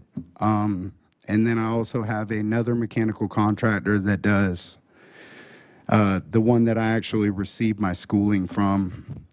He does mainly restaurants and walk-in coolers and, you know, commercial grade work. Mr. Kelly has a mechanical license, but he tends to stay more towards the residential side. Heat pumps, split systems, straight AC, package units, you know, stuff like that. And then the other individual is probably where I'm going to broaden my horizons towards the commercial side. And then also the general contractor, hopefully I'll be able to dabble with him and, you know, get into a more broader spectrum of construction as well. Years ago, I fell in love with anything to do with construction in this field. Mechanical AC is probably the heart, but you know, I'm going to be back in front of y'all in about 2 years asking for a general contractor's license. That's the goal anyway. Okay. You mentioned education. What was the background in education and HVAC? So during back and forth with Mr. Kelly and helping him with, installs, manual labor and stuff like that, I actually went and got certified at ACR refrigeration training over in Ladson, South Carolina. You shake your head like you do know it. It is an accredited area. Jonathan Britt and his father taught me a lot. Mr. Kelly taught me a lot too, but as far as the actual mechanics and why refrigeration works, the do's and don'ts, everything down from electrical to wiring to sizing to duct calculations, I've got it all from right there. And that's a great source. I mean, I like the fact that you've been in the field and you also been in the classroom. Yes, sir. The classroom is important. What credentials? You hold an EPA card? Yes, sir. And, Universal. Okay. And then the school? Yes, sir. Okay. And also continued relationships with him as well. He also just opened up a portion of the school that's going to be strictly commercial. I've already got it worked out with him that I'm going to somewhat, I don't want to say subcontract because I don't know how to go down that road yet, but basically subcontract with him. He's going to send me to his school for free to where I can also get certified in the commercial side and help him with that. And then also work with Mr. Kelly until his retirement. And you're not NATE certified yet? No, sir, not yet. Okay. Plan on wish. doing that? Of course. Okay. Every step that I can take to get better, I'm going to do it. Well, if you already had your NATE certificate, Yes, sir. you wouldn't be here. Or if you did, you had already been approved. I didn't even know that. I really, Yeah, that's a tough test. yeah. All right, with everything you've told us, I think you've got the experience to continue. So I'm going to make a motion, we let you sit for the exam. Thank you so much. That's only a motion. I Yes, didn't sir. get a second yet. I understand, but it carries weight. Or a vote. Yes, sir. We have a motion and a second. If there's no further discussion, all those in favor say aye. Any opposed? Now you can thank me. Thank you all. I do have a question. So, state of South Carolina, I'm allowed to hold a general contractor's license, then I'm allowed to hold three not specialties, but like HVAC, plumbing, electrical. You're only allowed to hold three of those majors, right? So, what about the specialties? Do I need to go down that road? You can hold a HV or plumbing or So it's an or. right, or and all three Okay. of those. But Okay. you have to take a test for each one, Yes, just sir. like this. I understand. To cover all that, then you take the builder's test and you got them all. Okay. Yeah, the builder's exam is tested on all three. So if you had a builder's license, which I don't know that you have the experience on the building side to get a builder's license, Not yet. you would be able to perform all three mechanical trades with Yeah. that one license. Okay. Okay. Otherwise, you have to do them individually. If you want to hold an electrical license, you'd have to go take the electrical exam along with the HVAC Okay. and So plumbing. that I'm going to have to start with, the one that I'm in front of you with today. Do I need to talk to these ladies about maybe a specialty license to try to subcontract correctly that way? Are you talking about a specialty contractor's registration where you can do carpentry and plumbing, carpentry, siding, flooring, that kind of thing? Something to that general idea, yes. Basically, to what you just told the last man, go get a specialty Okay. license and come back in a year, Right. Lobby and Shireen Brooks will be able to assist you with that. Shireen Brooks. Okay. Should do. Yes, Take sir. 3 categories and Yes, sir. come back to see us when you're looking to get your home builder's license. Yes, sir. Okay. All So right. I leave you now? Yeah, you will receive a letter in the mail from us releasing you for your HVAC exam. Okay. And so you can schedule that at your convenience. Thank y'all, gentlemen. Yep. Thank you, sir. Ladies, y'all have a good day.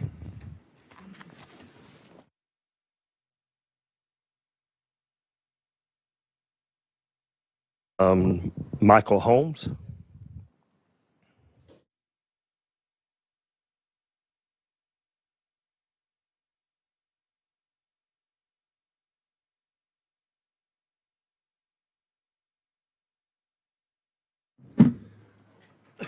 Something came up. Y'all got me pretty nervous too, so I apologize. Not that bad. They make us wear these jackets.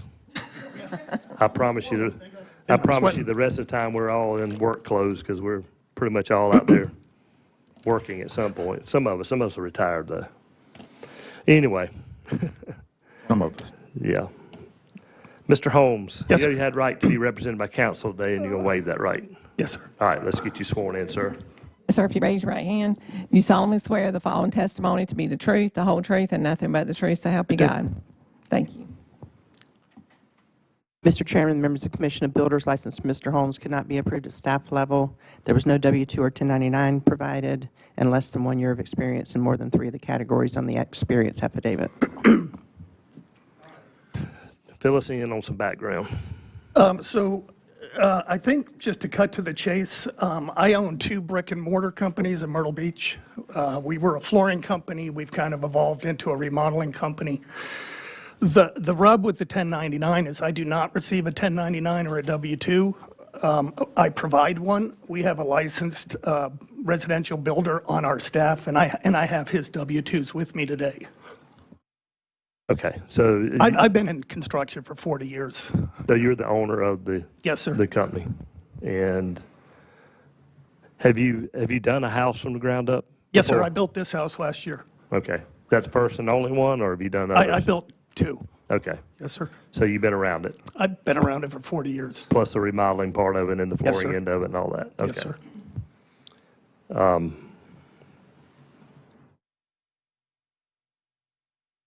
If you get your builder's license, now what are your plans to do with that? Well, listening to you guys earlier, I feel like we're getting, although we have a licensed builder on staff, we're getting into an area where our customers are asking us for additions. They're asking us to build. And I just feel like as the owner, I should be the one licensing my company. I've been working closely with Jeremy King on staff for 3 years. And we've done a lot of remodels. We did this build. We've done additions. I just feel like I need to make sure I check that box. Well, it makes a lot of sense, because if you were to lose that employee, then you're dead in the 100%. water till you get a Yes, sir. license. Yes, sir, 100%.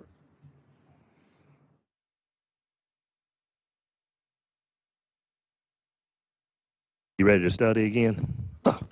I've been studying already.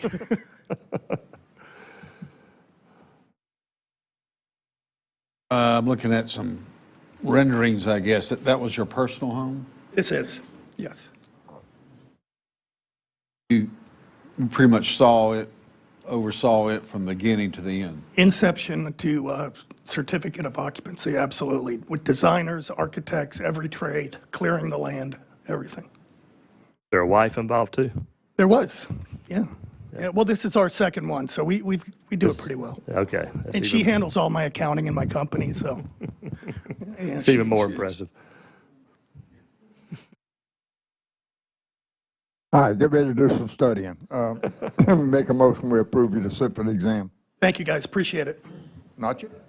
Oh, We got a second and a vote, maybe discussion. yes, sir, yes, sir. You're not out of here yet. Come on now.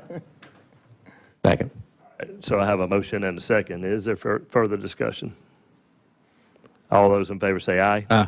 Any opposed? All right, now you got here. Now you're out. You'll receive a letter in the mail. Thanks. Start back over again, see who is, or past the 1 o'clock mark now. So, Jackson Karolchik. I know I butchered that last name. Close. You're closer than you think. I didn't know even how to start with that one. It's Karolchak. Karolchak. You know you had right to be represented by counsel today, and you're going to waive that right? Yes, sir. All right, to your left is our court reporter, and she'll get you sworn in.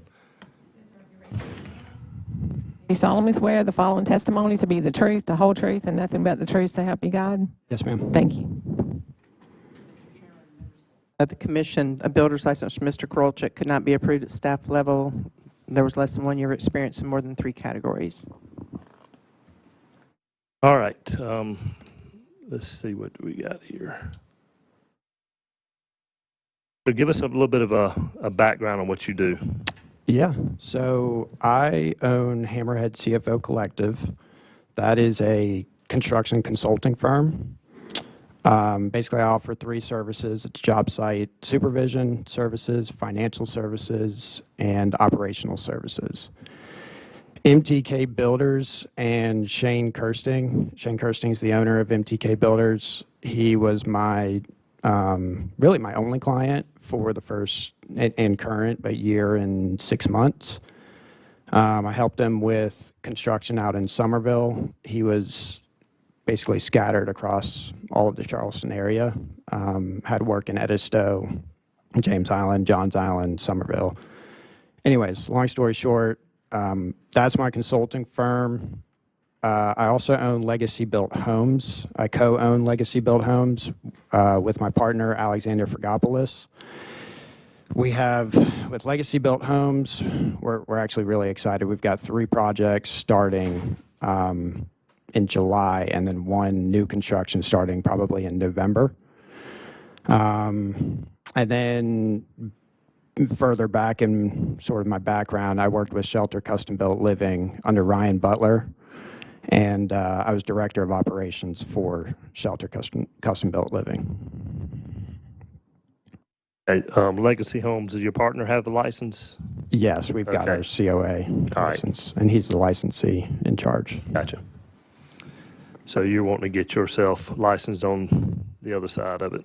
The other side, just for a professional viewpoint, and then with Shelter Custom Built Living, we kind of had a tough situation with the owner passing away when I was director of operations, and I just don't want a repeat of that. Give me a scope of the type of houses you're supervising and have been managing over. So me personally, it's been remodels and ADUs. The one that I helped Shane with out in Somerville was a attached ADU. Pretty simple project, about 1,900 square feet, monolithic slab, pretty, I call it simple, but that's I would say, that's why I use Shane, and for a affidavit, he signed the affidavit because I've kind of been working with him. He also worked at Shelter Custom Built Living. I worked under him there for about a year. And then with Hammerhead CFO Collective, I provide all 3 services for him. I actually manage his company. And then my field experience it is a little less than my operational experience, but with Legacy Built Homes, I mean, I started that entire company, and yeah, that's kind of my story.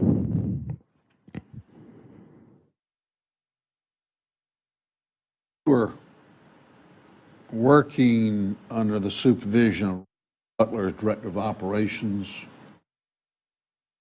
Butler passed away. Yes, sir. How long did you work there? About 3.5 years.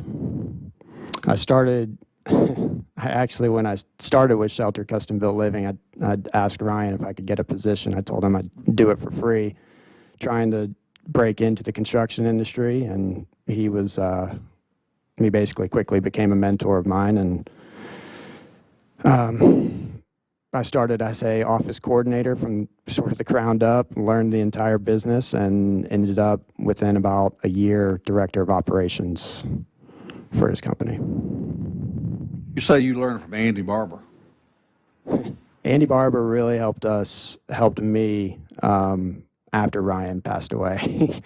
So, I mean, without him, it was a bit of a disaster, and he was able to help us out, kind of give me guidance on what we need to do, and ultimately we ended up deciding we needed to hire a director of construction and use his residential builder's license.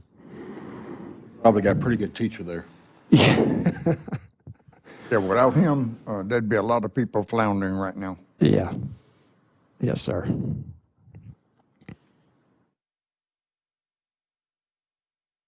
Chairman, I'd move that the applicant be allowed to sit for the exam. Second. All right, have a motion second. Is there any further discussion? All those in favor say aye. Aye. Any opposed? All right, sir, you'll receive a letter in the mail from us releasing you for exam. Thank y'all. Yep, thank you. Good luck. Justin Landtrip. Mr. Chairman, my time to leave again. Okay, so we have a recusal. Yes, sir. All right. Yes, sir, that's right. She's my partner, so. Okay. Yeah, now she can sit there and we'll get you, first of all, sir, you know you had the right to be represented by counsel and you're going to waive that right. Yes, sir. All right. I need to get both of y'all sworn in. Yes, if you raise your right hand, do you solemnly swear the following testimonies to be the truth, the whole truth, and nothing but the truth to help you God? And may I get your name? Can you spell your first name? Jodi. Thank you. Ms. Landtrip, make sure you pull that microphone down when you're ready to speak. So, thank you. Mr. Chairman, members of the Commission of Builders, licensed Mr. Landtrip cannot be approved at staff level. There was no experience affidavit or W-2 1099 information provided. All right, sir, if you want to give us some background on that. it'd be helpful. Yes. So everything that is missing in there, we actually brought in. We found out a little bit later that our stuff didn't get submitted correctly. So we brought it in, and we also have pictures and photo albums. We brought 8 of them. If you would like to have them, you're more than welcome to look at them with all the information that you're missing. Okay. If you think that's going to make the case, then I guess we need to go ahead and get that passed out. If not, if you want to get I some, can tell you about myself if you like. she'll take care of it. Nah. She's take charge. Yeah, let's just get this passed out before we get started. That would be the best. They're all the same, yes, ma'am. Justin, let her do a few so she doesn't fall over. So is this supplemental to what was already in place, or is this some of it the Some same? of it is redundant, but our letter of recommendation from Teddy Dowling is Because there is quite a bit of financial stuff in our packet already.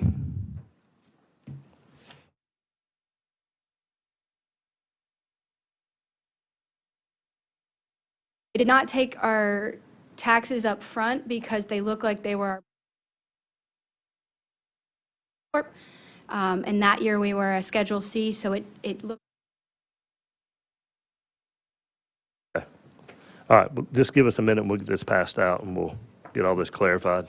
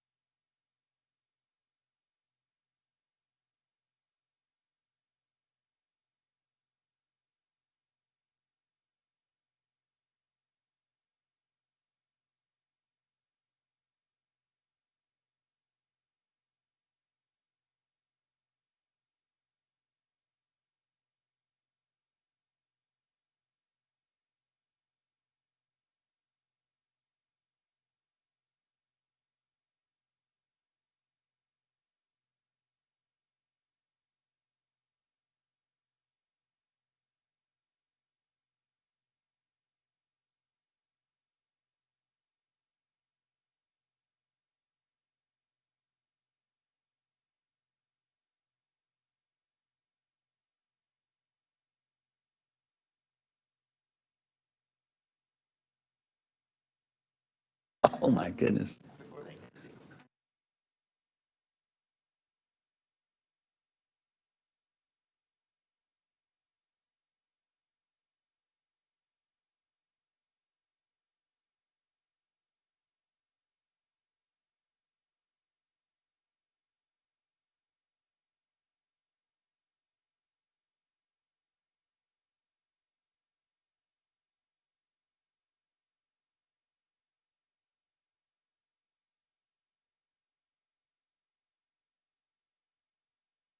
Going to take a few minutes. There's some social securities and federal ID numbers and stuff like that are being redacted.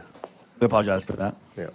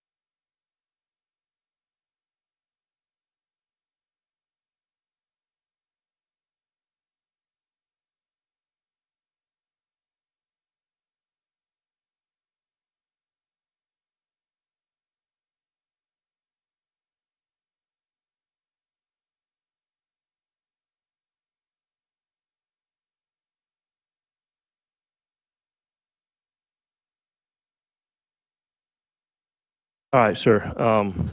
If you want to get started on, I guess we'll start with some background on, and see where we go from there. Okay. You're just looking at my background as far as the work field? Yeah, I mean, basically, you're looking for a builder's license, so, it needs to all tie back into your experience as to building a home. Yes, sir. I grew up in a painter's home, and so I've been around construction ever since I can remember, to be honest with you. New construction, residential repaints, additions, remodeling, all that kind of thing. Primarily painting, that was what I've been involved in most of my life. And my wife and I moved to Florence about 12 years ago, and around 9-10 years ago, I started doing painting on the side type deal, and got hands at maybe this could be a business or something, and so it was just something that I would just tell you the Lord kind of put in my lap, and we kind of sought that out, got a business license I think in 2017, as well as a specialty license from here, and we worked on that. Now, before that, sorry, I'm a little nervous as well, but I have supervised and managed multiple companies in Charleston, South Carolina. That's where I primarily grew up. And a couple big ones. One was the ads company that he had down there. It was Lanch's Painting as well. That's really no longer what it used to be. And I can't remember the name of the other company that I worked at. It was a big one. Christian? But it was, he actually did home building and all that kind of stuff. And so from there, we moved to Florence, and we decided to start our own business, and we started doing that. And we got our business license, got our specialty license, and so I've been involved in commercial painting. And when I say commercial painting, I mean out at like FedEx, ground station, multiple churches in our town. And then new construction, I've actually worked for Benton Construction. I've worked for Oak and Chisel. I think remodeling is what he does, but he's getting into home building as well. Teddy Dowling is probably the main one that I've worked for. He was my first builder that I got on with probably 8 years ago, as well as Brian Dowd a little bit throughout the years. And so throughout the time, we started, doing other things. Obviously, it just kind of comes along with it. And I'm just going to be honest with you. Throughout the years, I was told by someone else that with my licensing, I was able to do light electrical and light plumbing. And so we started doing some of those things, and I was made aware that that's incorrect. And so technically, I'm here today to right those wrongs. And what we're doing is we're getting more into our possibilities of building decks, not just replacing boards and all this and that kind of thing, and doing remodeling work as far as more so of kitchen remodels and bathroom remodels of everything, not just carpentry, not just painting, not just drywall. And so we have been involved in those things. I'm not going to lie to you today. And I was actually, since he excused himself, Mr. Dow, that I know personally, just came to me and said, hey, look, if you're looking into doing these types of things, you need to, make those things right and get legal. And just being honest with you, I didn't know some of those things that I was doing. I can, that's not the truth. Some of them I knew it was kind of the bridge. Some of them I wasn't aware. And so we've kind of not been doing those things, and now we're seeking to do it right because we believe in a sense of integrity and character in what we do. And we've done that. We've done that in my specialty fields. And so we're looking to bring that glory and honor that we try to bring through our relationship that we have with Jesus Christ into our work field. And because all things that we're called to do, we're called to do to the glory of God. And so we believe that we're doing that at where we're positioned at now. And I have a team of 9 individuals. And so we're looking to grow and advance that, and whatever the Lord opens the door to, and wherever He allows us to go. So we're just here seeking advancement in that area. And what license do you hold right now? Just a painter? So right now I have a business license for a painting company and a specialty license in drywall, carpentry, and I guess painting. What was it? All right. And you've held that license for how long? So when we first got it, I think it was 2018. I think we had it for 2 years, and we did not know that it was a thing that we had to continue to renew. We lost it. I think we're going back on 2 years actually having it. Okay. Yeah, a total of 5 years, I think, together. Now, even when you didn't have a license, you were still doing the work? You got to talk in the microphone. Pull that thing. Please Close. pull it to you. Yeah. We still had a painting license. I think we just didn't have the specialty. Oh, women now. Oh, so that goes, sorry. A specialty license contains painting. So if you didn't have a license, you didn't have the painters. We were maintaining that work because we didn't know that we had a specialty license. We thought it was like you got our business license, we paid for that, and that was a big continual thing. And then we get the specialty license, and we were not aware that we had to renew. That's on us. Business license for a county or town or municipality is different than the state license. All right. So essentially, you've had your specialty license on and off for a number of years or during a period of time, and you've outgrown that license, and you need to make the next step. Yes, sir. To grow your business. Yes, sir. Do you feel confident this license allows you to build a house from the ground up? Do you feel confident you can do that? Or have you ever done that? I mean, I have, in my younger days, I guess I'm still young, but, when I say younger, I mean 18 to 20. I was a part of foundational work. I was a part of framing. I worked for, other companies where I did other things. I'm not going to tell you I'm going to get this license and go out this year and try to build a house.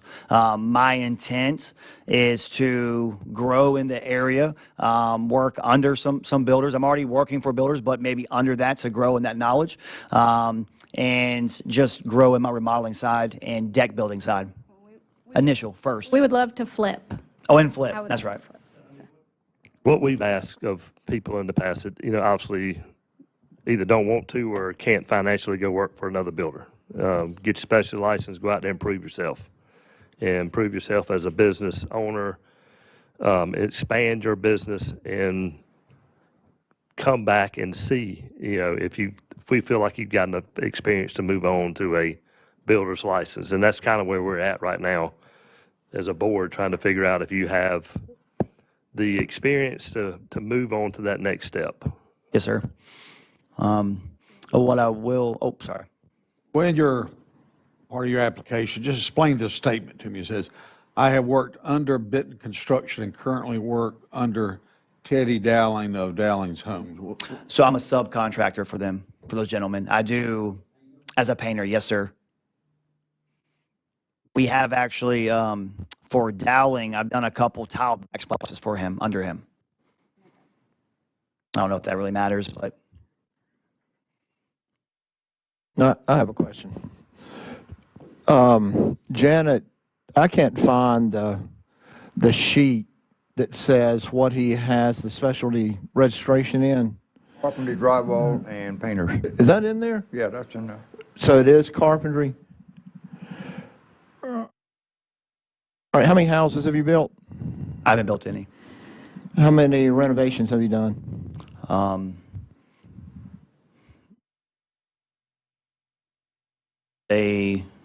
Somewhere around 5. 5 renovations Including. during the carpentry work, or is that Oh, in the- renovation of you've just repainted? So, oh no. If we're talking about an actual renovation, I mean, painting, I've done a lot. Renovations, if we talk about carpet or carpentry, drywall work, refunctioning things, I would say maybe upwards of 10 to 15 that I've personally, through my business, have done. And out of those 10 or 15, how many of them included plumbing, drywall, electrical, HVAC, or other work other than what you're licensed for? None of those include HVAC work, at least half. Okay. This may be a question, Ms. Baumberger, but do you currently have your specialty registration with carpentry, drywall, and painters? Correct. You currently?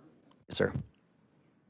Said there was a lapse in there at some point? There was a lapse from, I think, around 2020, 2021 until 2024, I think. It looks like it expired June 30th, 2019, and was reinstated in April of '24. And we were actually on a kitchen remodel that we were a part of. And one of the neighbors, had called the county because they had a whole lot of work going on. There was no permits there. And they came in, we gave them all our information, and that's how I found out I didn't have it. We was unaware of it until that point. And we came, I think, the next day up here and got it taken care of. I halted the job like I was recommended. I actually went down. They told me I needed to pull some permits. And for the work that we were doing, they did not require us to pull permits for that. And so, but I came and got my stuff the next day when I found out that it was lapsed. Now, those jobs that you did have to have electrical work or plumbing work done, who pulled the permits on those? There was no permits on those. There were no permits? The home, nope, no, sir. Nope. And when I say electrical work, we didn't reroute electrical. I've never been a part of that. When I say electrical, we installed some lights, took down some lights, and reinstalled lights.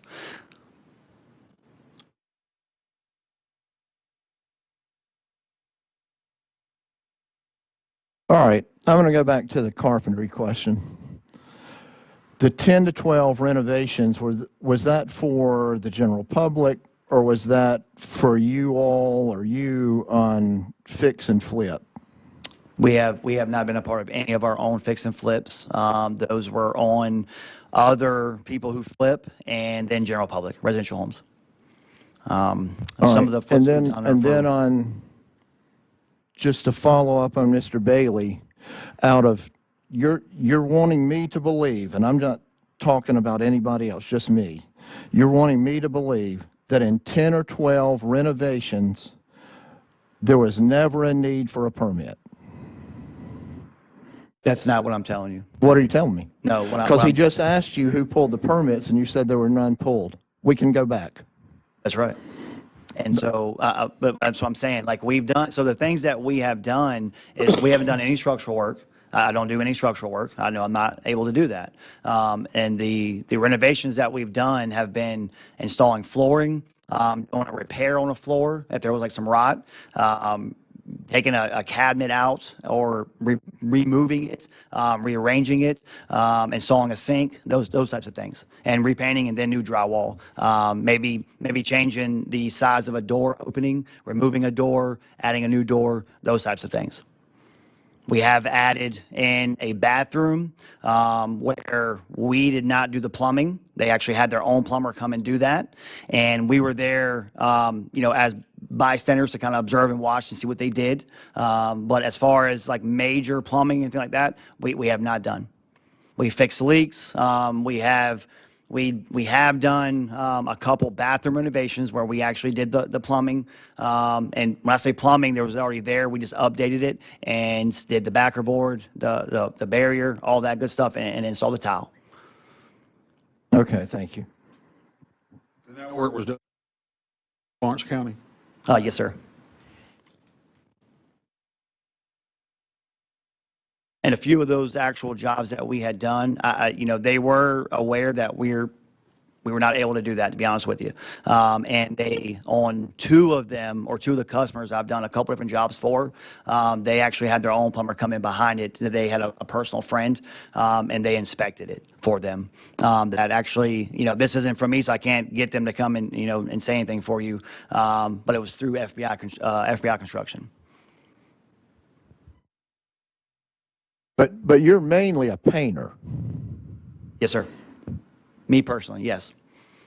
But I have 9 men that work for me that are, handy at other areas. I have a electrician, or used to be an electrician. He's actually an old friend of mine. He's my project manager now.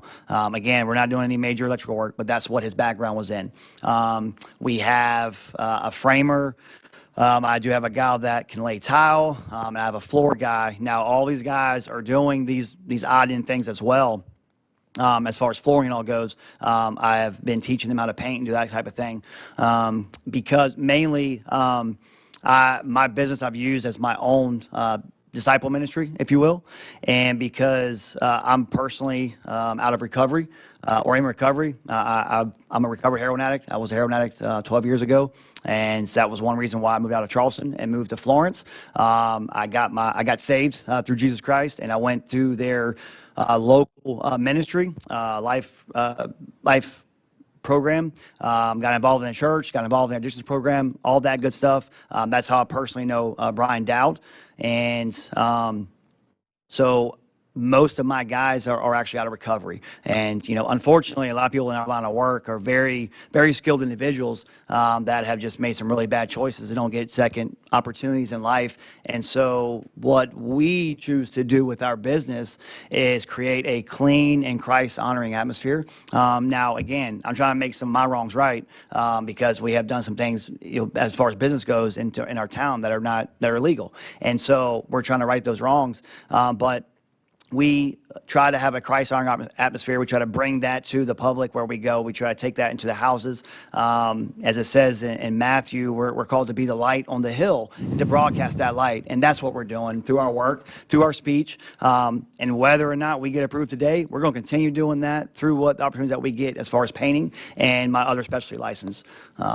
So. I apologize. I do the accounting and the business part, and I will say that's what we're here today to do. We want to grow, but we want to do it the right way. And we do have very skilled people. We are very blessed, but we do not want to do it outside of the realm in which we are not allowed to do. And the things that we have done, they are small. They mostly are painting. But our agenda is not to build a house. Our agenda is to flip or renovate. That is initially, but we cannot pull certain permits with what we have. And in order to do that, this is what we need. This is our next step. Okay, thank you. Well, I'm proud of you for turning your life around. That's commendable. I don't know how that is of being an addict. Not saying I'm better than, but I'm sure that's a scary place. Well, we've encouraged previous applicants to get your specialty registrations. Had that on and off since 2018, but mostly on, I think. I think that you're probably not got the level of experience we're looking for, but I think you're fully capable of learning. And I'm going to make a motion that you be allowed to sit for the exam. Heck, I'll second it. Why not? The day I've had today, I'll second it. All right, I have a motion and a second, and is there any further discussion? All right, all those in favor say aye. Any opposed? Praise the Lord. Thank you, guys. All right, so we have My a heart is about to fall out of my chest. We have a 3-1 vote. All right, so, sir, you will receive a letter in the mail releasing you for exam. Just a word of advice, that exam is not easy, especially with, and I'm not going, it's not degrading you, but your level of experience is on the lower end when it comes to building a house. And all that's going to be on there. So. Thank you. Do good. Make us proud. Yes, sir. Thank you. Oh, we pass this back out.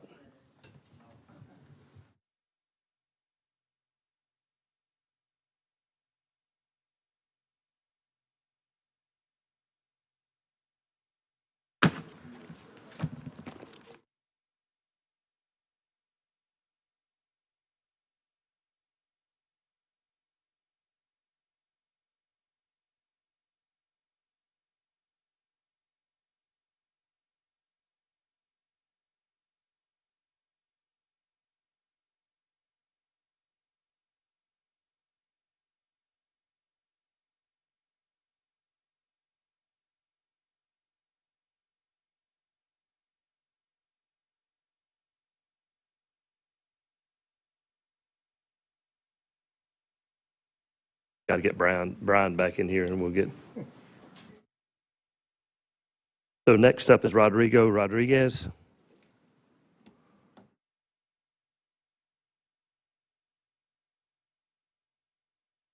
Good afternoon, sir. Afternoon. Mr. Rodriguez, you know you had right to be represented by counsel today, and you're going to waive that right? All right, let's get you sworn in, please. Yes, sir. If you raise your right hand, do you solemnly swear the following testimony to be the truth, the whole truth, and nothing but the truth, so help you God? Yes, ma'am. Thank you. Mr. Chairman, members of the Commission of Builders, licensed Mr. Rodriguez cannot be approved at staff level. There was less than 1 year of experience in more than 3 categories. All right, sir, your affidavit just shows project management, so I guess you're obviously a project manager for a home building company? Yes, yes, sir. Okay, just give us some quick background on what you do and how long you've been doing it. Well, I'm actually was born and raised in Smyrna, Georgia. I was actually experienced mostly around my family and my colleagues over there, Georgia, and the construction industry. I was actually a COVID graduate, getting out from high school, and I started my own company, FTR Construction.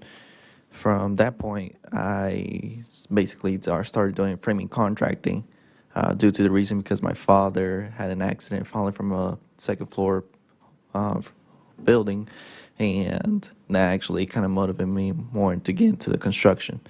And one of the reasons also to imply more into the safety standards in the construction, and as well, since all the experiences my father has taken me to the projects ever since I was a kid, I was actually amazed of how home builds were actually being done ever since from the foundation all the way to the ground up and giving it to the homeowner. And after that, I was actually given an opportunity to work for a subcontractor working for Stanley Martin Homes in the Atlanta division. And from that point, I started going to meeting with that company owner, Rigoberto Beltran. He was not licensed professional, anything like that, but he was a subcontractor doing and framing contracting. And I pretty much helped him grow his business because he was actually going to leave because of bad management. And from that point, I helped him out in restructuring his business from computers and the accounting stuff a little.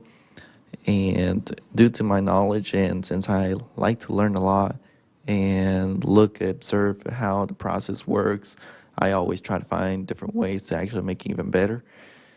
And from that point in 2022, I was actually introduced to one of the builders and given an opportunity to work here in the CSRA area. And that's why I started my career in getting into the building at Stanley Martin Homes.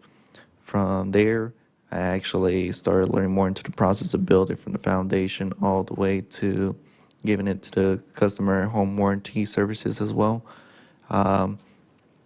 First, I started out as an assistant, and I actually started to manage a little bit of the houses in the neighborhoods because Patrick Buxar started trusting me more.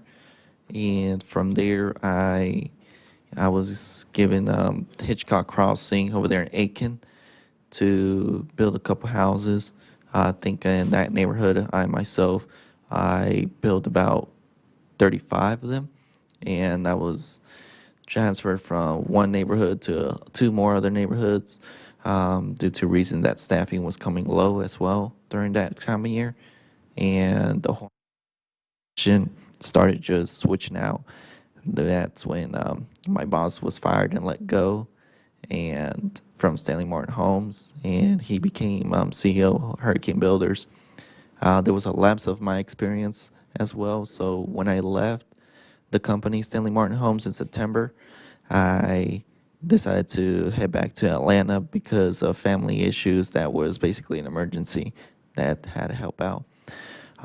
From that point, I started working again for the company Vision Custom Carpentry, who the owner is Rigoberto Beltran, and I helped him out quotes, organizational skills as well, and helped him out. And with the builders, because of the experience I learned as a builder, not only I was able to see what the builder needed from the trades and expecting from them, because we were a trade from during that point, but it helped me as well manage southern neighborhoods at Stanley Martin over there and the Atlanta division, and was able to help them out as well, get a couple contracts, train his nephew a little, and expertise of builder experience of what the builders are looking for and what the subcontractors need to look for as well. Talking with the inspectors and everything else, and that's pretty much my background there. How many homes have you built, supervised from ground up that you were part of? I know you said 30-something in that one Yes. subdivision. So in that division, only in Hitchcock Crossing, it was 30-something. Claiborne was about 20, and Mount Vintage in Edgefield County, I only did like 2 of them. And you were seeing these from grade all the way through turnkey? It was only for Hitchcock Crossing and Claiborne. Mount Vintage, no. Okay. I just only showed up at the very end when Mount Vintage was already finishing up the homes. But it's safe to say you've got over 50 homes under your belt? Yes, sir. Okay.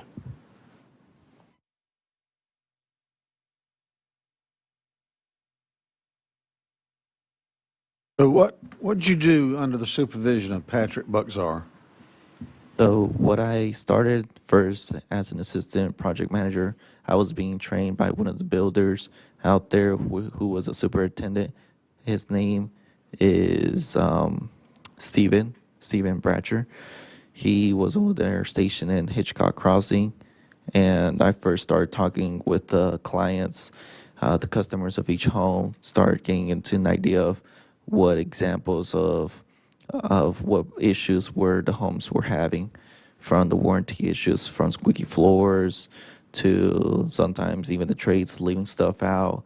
And when I was given the opportunity to start doing the homes by myself, I started to notice those issues, explain to the subcontractors, and with my Spanish-speaking language, I was able to communicate even more and be strict about the safety and implementations of all the requirements before they Did you work under his supervision at both Stanley Martin and Hurricane? Yes, sir. When Patrick was let go from his job as president division here in the CSR area, he went to become CEO of Hurricane Builders, and I actually had resigned my position from Stanley Martin due to family emergency reasons. During that last time, head to Atlanta, and after that, I actually came back to the Augusta area because that's where I have purchased my first home. What are you doing now? Now? Well, right now, I've been doing a little bit handyman work pretty much. Yeah, maybe it's just my age. Maybe it's been me spending a lot of time on this board. But it seems like in the past 6 months to a year, we've had nothing but site supervision come before us and wanting to get a builder's license. They haven't picked up a hammer, they hadn't sawed a board, they hadn't framed a house, they hadn't dug a foundation, they ain't never been no electrical work, no plumbing work done, no HVAC work done. They've just watched people do it. You know, I can watch a brain surgeon do brain surgery, but that don't make me a brain surgeon because I don't have no hands-on experience. Yes, So I'm just ranting because it's hitting me. Even today, we've had 5 or 6 people come up here with no damn experience. I'm telling you, no hands-on experience building a house, but yet they want to get a license to go out and build a house. I'm just, Yes. I know, I'm just. I actually venting concur on with you. that as you as well, and that's one of the things because I came from framing contracting, and my father was a framer. He always took me to the job. I had to pick up a hammer, had to make sure everything was done right. I understand, but it says, throughout my career, I have worked extensively in site supervision, scheduling, coordination with subcontractors, and quality control. That's not building houses. That's just watching other people build houses. I'm sorry. Excuse me. And that's the world of production building.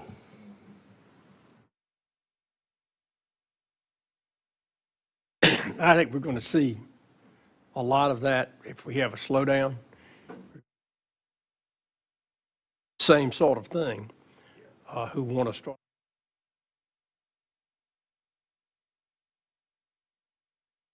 All of these mergers that we're seeing right now, I think that's going to be common. I know what he's talking about, but I also have worked on the job and supervised, and I still can't pick up a piece of sheetrock, but I'm 40 years older now than when I started too, so that might have something to do with it. I could see how he would be qualified without having picked up a hammer. Professionals, and you worked for Hurricane for how long? I only worked for them for 3 months. 3 months. Yes, sir. Until the market started shifting down. Is there a big difference in Hurricane and Stanley Martin and the job, the way you did the job? Yes, I was actually more liberated to do more of what I could because the company policy in Stanley Martin, they were more strict and you had to get approvals, apparently budget cuts, and I did not like that at all. And one of the things is that if I needed the job to be done right, I need to figure out one of my ways to actually make it work. And if not, I'll have to pick up the hammer or get the Bobcat and start doing something. I understood, and I'm not sure I did. At Stanley Martin, you're restricted as to what you could actually do, is that right? So you couldn't pick up a hammer there and fix something, That is correct. but you could at Hurricane. Yes, sir. Thank you.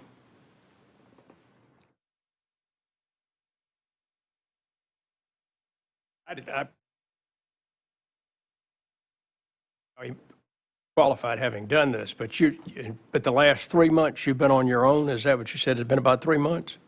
Yes, sir. Okay. I'd like to make a motion that we be allowed to sit for the exam. All right, have a motion second. Is there any further discussion? All those in favor say aye. Aye. Any opposed? All right, sir. You'll receive a letter in the mail releasing you for exam.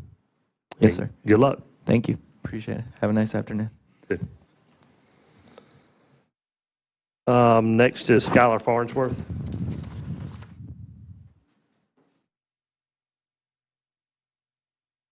Good afternoon, sir. Afternoon. Mr. Farnsworth, you know you had right to be represented by counsel today, and you're going to waive that right? Yes, sir. All right, let's get you sworn in, please. Yes, sir. If you raise your right hand, do you solemnly swear the following testimony to be the truth, the whole truth, and nothing but the truth to help you God? Yes, ma'am. Thank you. Hang on a second, my page just disappeared.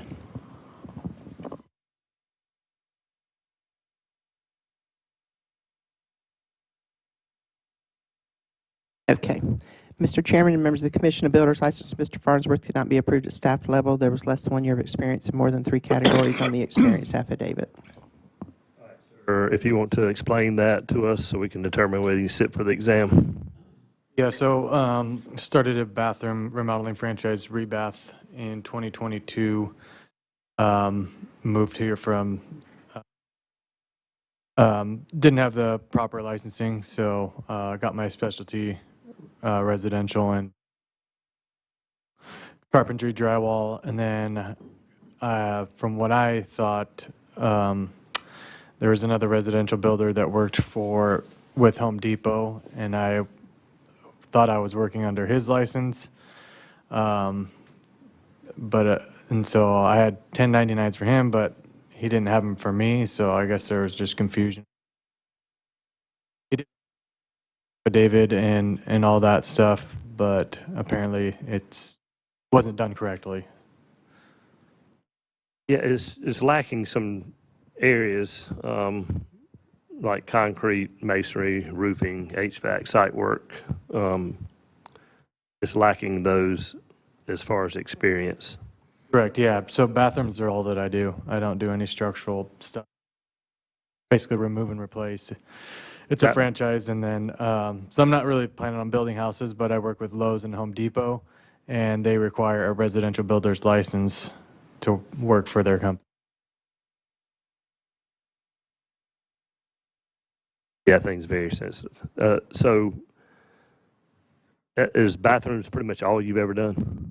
That's all. Yeah, I mean, I've done carpentry, I've done flooring. Been involved in any like major remodels or small additions or anything like that? Yeah, on my house in Idaho, framing out, I framed out 3 bedrooms, renovated bathrooms, did some concrete work, but no, I never poured a foundation or, done anything like that, but very capable. Right, and that's what, kind of is, we're kind of stuck between a level here. So we have a building level, but we don't have a remodel level. And to be able to remodel and do what you want to do full, take on the full aspect of it, you got to have a builder's license. But yet, you never built a house fully. So, I mean, we're now determining whether, obviously, you got the experience to be able to, to do that, because that's what the license is going to allow you to do. So my background, just like from start, I guess, end of high school, I did masonry work. Then I went into the Navy. I was an interior communications electrician. I got out of the Navy after 4 years. I got a degree, associate's degree in electrical engineering and biomedical equipment technology. I did that for a couple of years. Then I went into hospital, low voltage hospital work, so running wire in hospitals for nurse call systems and stuff like that. And then got into bathroom remodeling. My wife, she worked for Rebath in Idaho for 7 years. That's how we got started with the franchise, and so that's how I got started in bathroom remodel. So I've been doing it for 2022. But we do framing, it's all part of the bathroom.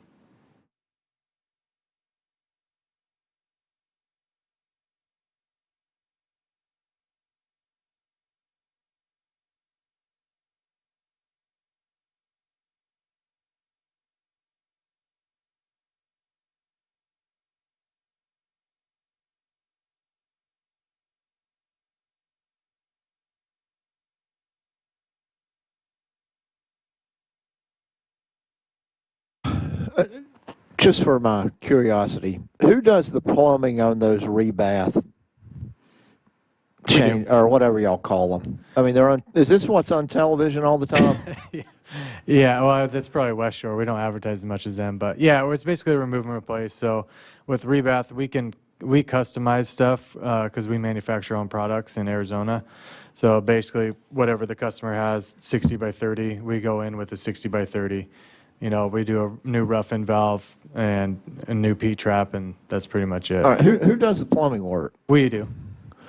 So you're a licensed plumber or you have a licensed plumber? Yeah, so the guy that I was using his license, that's what my impression was when I talked to, originally when we started this, is they said you have to work under somebody for a year. So his license.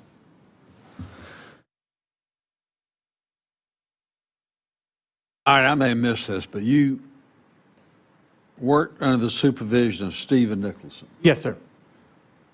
That's, Builder. yeah, he has the residential builder license and the plumbing license that I was using, but apparently I was supposed to be the 1099 or W-2, but I was paying him to use his license, so I guess there was just confusion on that. But I think this is the first, I think this today is the first in a long time that we've had so many people sit there under oath and admit license lending. I can't remember. Al probably can remember, but I cannot. It's getting worse every day. That's why I'm retiring soon. No, you're not. Yes, I am. Yeah, we've had this quite often today, and it's going on, but we've got to move forward and, All right, figure so out whether you, Were you an employee of Stephen Nicholson, whatever that company is? No. What were you? I was under the impression that you have to work under somebody's license for a year. Supervision of a Yes, licensed home correct, builder. yeah, but I guess that's not the case. Well, it's true, but they have to sign an affidavit, and you got to bring in a W-2 form and say they paid you. Yeah. If they didn't pay you, then you got to bring him in and say, yeah, he worked for free. So, Yeah, it was just confusing. it's safe to say they were collaborating together to get a job done. One licensed, another one doing the work.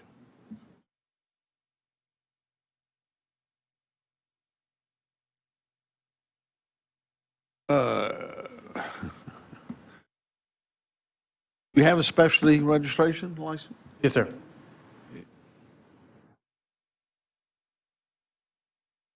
Since 2022, I believe, since we started.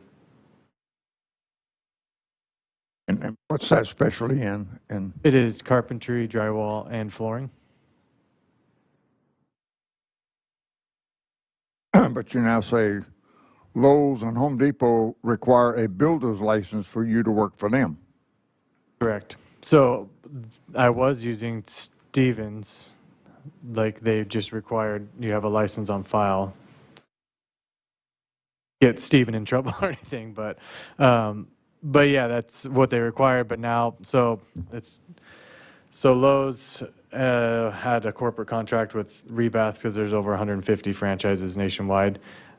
They stepped away from that, so Rebath and Lowe's and me have separate contracts. So now they're requiring me to have my own residential builder's license, even though I don't do anything structural or.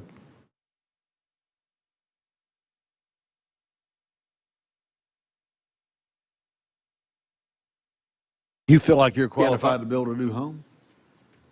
I mean, I feel like I could, yeah.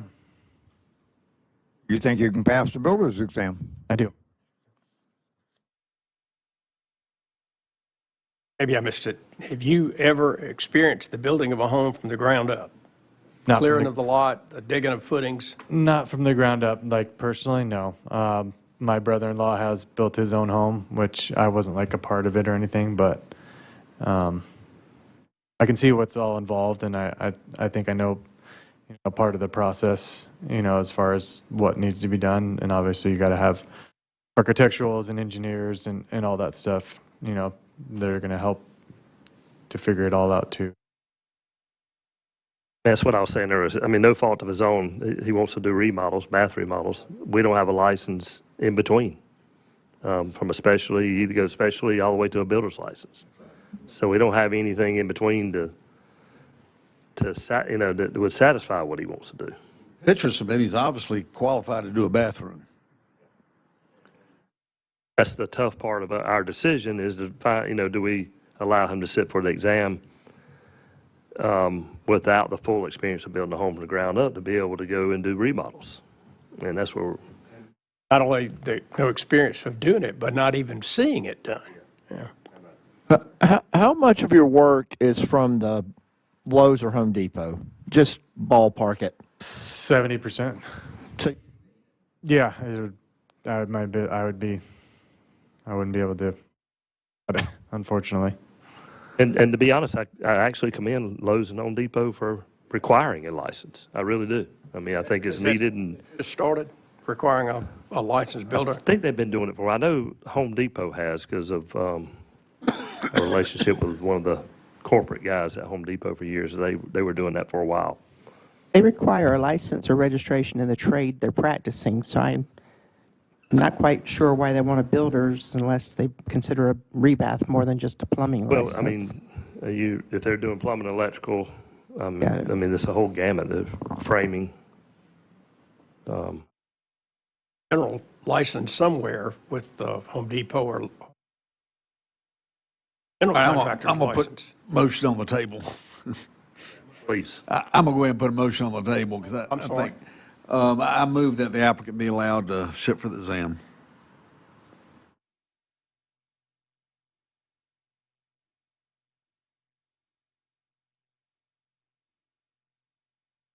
I'll second to bring it to a vote.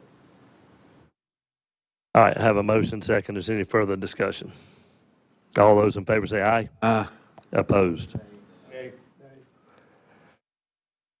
All right, so the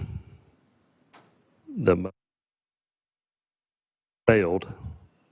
Do I have another motion? Asking another motion? Yeah, because that one failed. I'd make that motion. I make a motion that we deny the applicant based on the proof of hands-on experience in building a home from the ground up. Second. All right, I have a motion and a second. All those in favor say aye. Aye. Any opposed?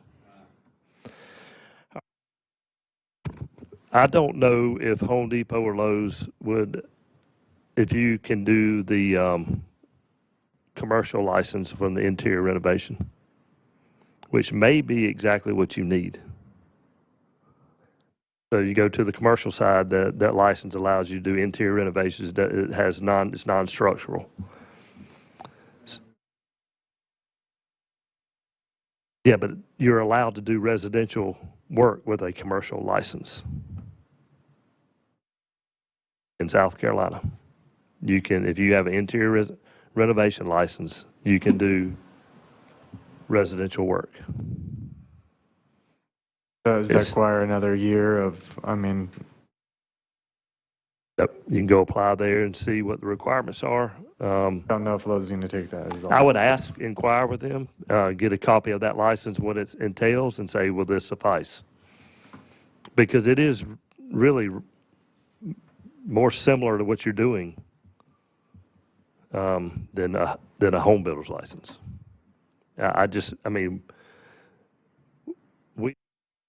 The structure the legislator does, so we're stuck with what we have until that is changed. So I'm just trying to help you out to move your business forward and not shut you down. That's something I would find out.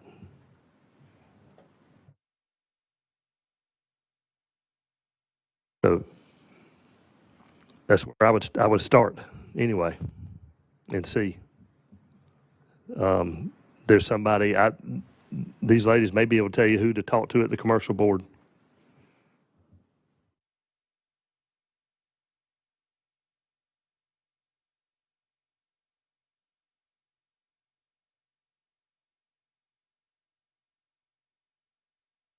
But you need to give a definition of what that commercial interior renovation license is and see if Home Depot or, Lowe's would accept that as a license. I don't see why not, but that's their deal.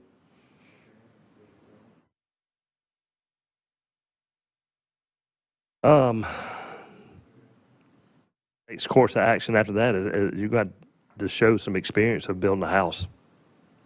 Guy that was a painter, I mean. I understand. That was totally different.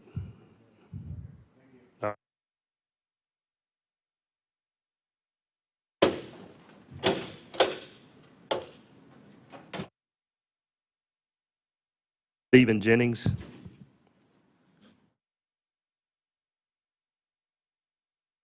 Afternoon, sir.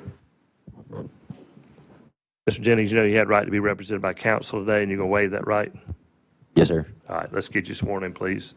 Yes, sir. If you raise your right hand, do you solemnly swear the following testimony to be the truth, the whole truth, and nothing but the truth to help you God? Yes, I do. Thank you. Mr. Chairman, members of the Commission, an HVAC license for Mr. Jennings could not be approved at staff level. The W-2 1099 did not appear to depict 1 year of employment, and he's worked for one supervisor for less than a year and has a W-2 worked for another supervisor but without pay. All right, sir, if you want to give us your background so we can determine whether you sit for the exam. So I actually have probably 24 years of relative experience in heating and air. Everything from ductwork installs to air balance test, air quality, servicing, maintaining, cleanings, everything. Started it when my dad threw me under a house to get to work at 12 years old, and I haven't left it since. I actually have been running a part-time gig trying to help the community out since I moved down here. Started that up in about January. Just kind of running service calls here and there. Trying to get a business going. And now I'm trying to get a license in order to actually perform the bigger stuff, the installs, the more complicated work that it's going to take in order to actually take off a business and get it moving forward and hopefully be able to, you know, support a family and everything else now. So this is all you've done is HVAC? Yes, sir. Pretty much. Yes, sir. My And- dad owned his own business, and my brother is currently running his business in the upstate. I've worked for both. I've worked for multiple apartment complexes being supervisors. I'm currently out at Fort Jackson as a lead HVAC technician, training guys out there, over 875 houses. Do you have any credentials, background, education background? I have an EPA certification. I don't have like, you know, NAID or anything like that. Technically, I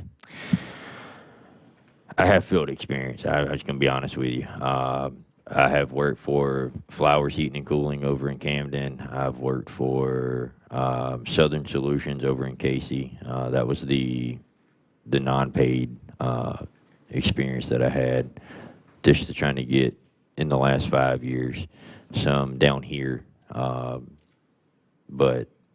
I mean, I know how to do everything from a complete install to change outs and everything else. What about load calculations? Have you gotten into any of that? I have, yes, sir. Okay.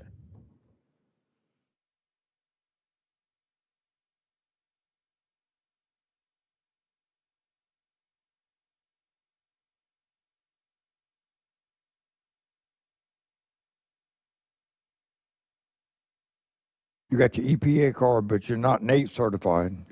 No, sir. All right.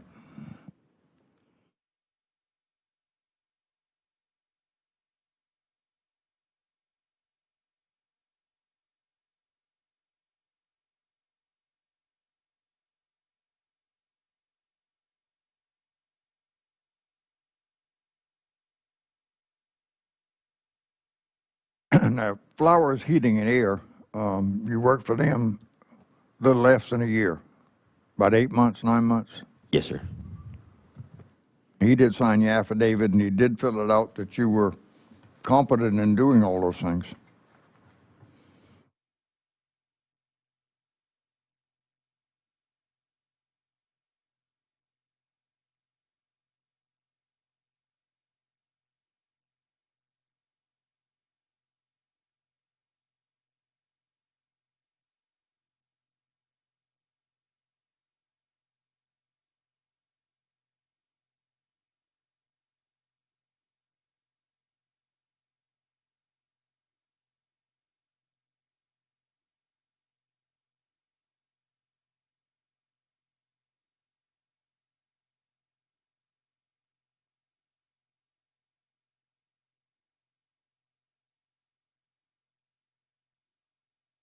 Yeah. If I were to give you a set of plans, you could go out and size out the unit to go in the house, do the airflow, do everything that needs to be done and install it? Yes, sir.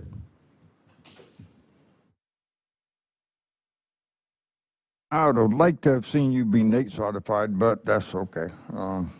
Everybody can't do that. I'll make a motion, we allow you to sit for the exam. I'll second.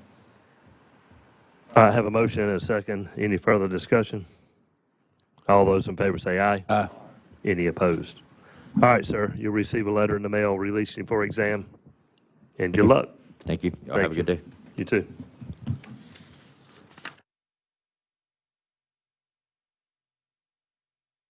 All right, is Mr. Rowland.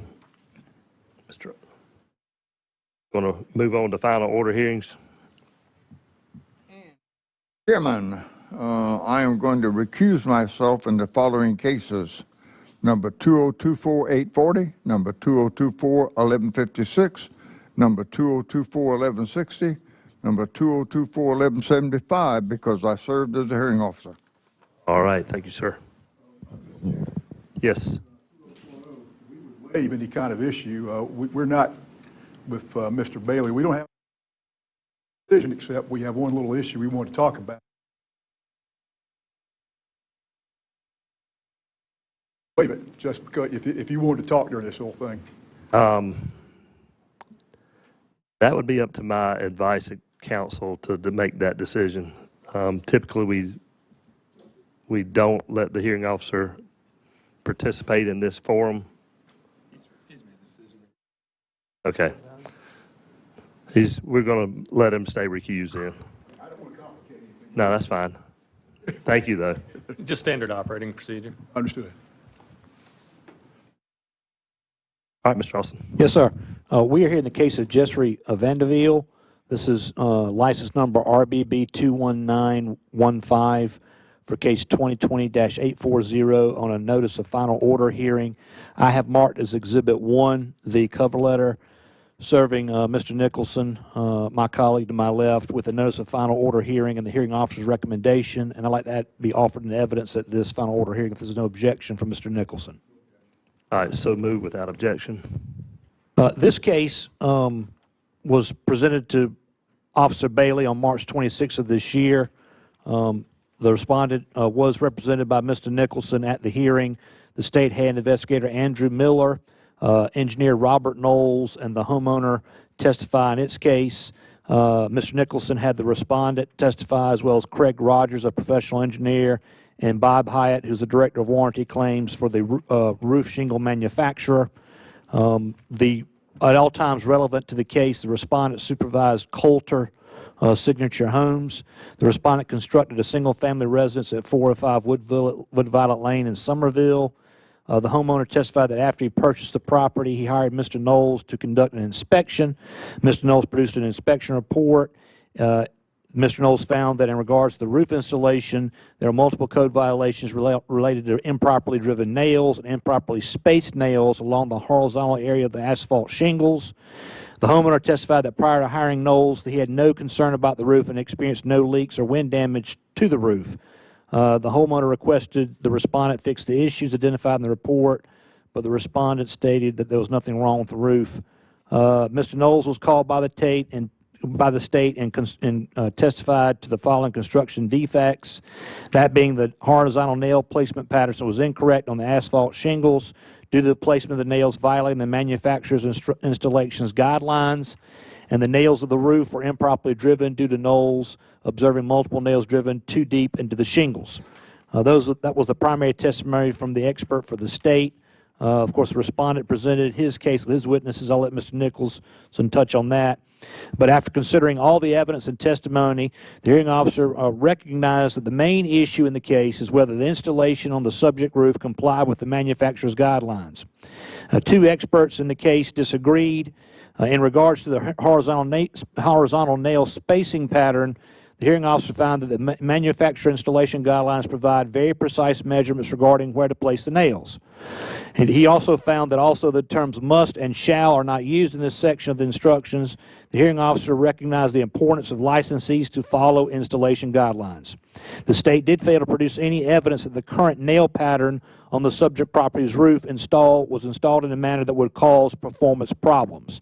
As a result of that, the hearing officer found that the state did not meet its burden, that the respondent violated 40-59-110 or 40-1-110-1F, but found that under the facts of the case and the evidence submitted, that was appropriate to issue a private non-disciplinary letter of caution.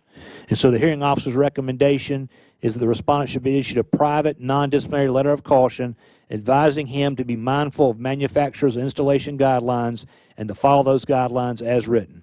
That is the hearing officer's recommendation as submitted, and the state asks that you adopt it as submitted. Thank you. Thank you, sir. Can you give us your name? Yes, sir. I am Ned Nicholson with the Byrd Forman Law Firm here in Columbia, counsel to. Thank you, sir. All right, so you have some words for us? Yes, sir, and I understand that it's probably pretty unusual for a respondent to appear and appeal something that by all but the law of unintended consequences may apply here, so if they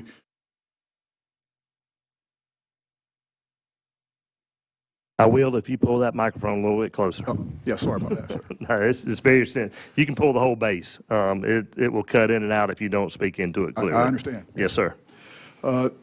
The issue really at hand, the central issue was whether or not the application of the shingles in this Somerville home in the Crestwind subdivision was put in per manufacturer specs.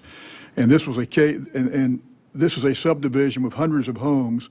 The subcontractor for these homes was Alpha Omega Construction, who you probably recognize as one of the largest roofing subcontractors in North Carolina and South Carolina. And they do a lot of, they do stuff for D.R. Horton, they do stuff for Colton. Their general counsel was actually in the hearing on this one home because essentially what Mr. Robert Knowles, the expert for the state, did was attack the way that all roofing subcontractors apply these kinds of shingles. And that is, the GAF shingles have a horizontal and vertical nailing pattern, and Mr. Knowles, the expert for the state, who, by the way, is a guy that advertises services and says that every single house has 50 to 80 code violations, you know, he's that kind of expert, he said you have to precisely nail the nails in a shingle exactly where this pattern states they should be. And but it doesn't really state that. It says it's an area. In order for a roofing subcontractor to nail nails that way, you literally have to lay out a stencil on every single shingle of the thousands upon tens of thousands upon hundreds of thousands of shingles that they're nailing in order to hit that precise nail placement.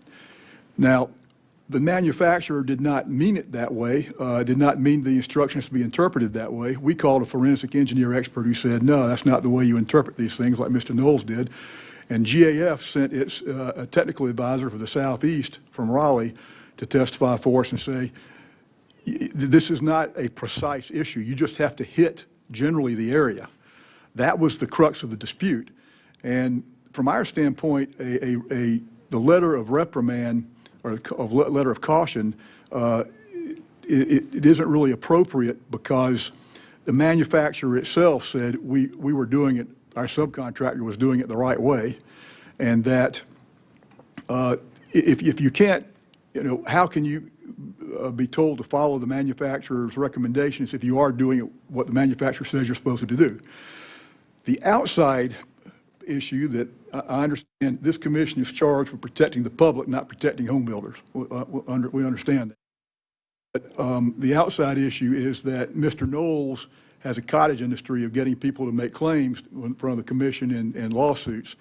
And if a letter of caution is issued in this matter, our concern is that he will use that as an expert witness to validate his opinion, even though the hearing officer held that his testimony did not support a reprimand or a license violation in this case.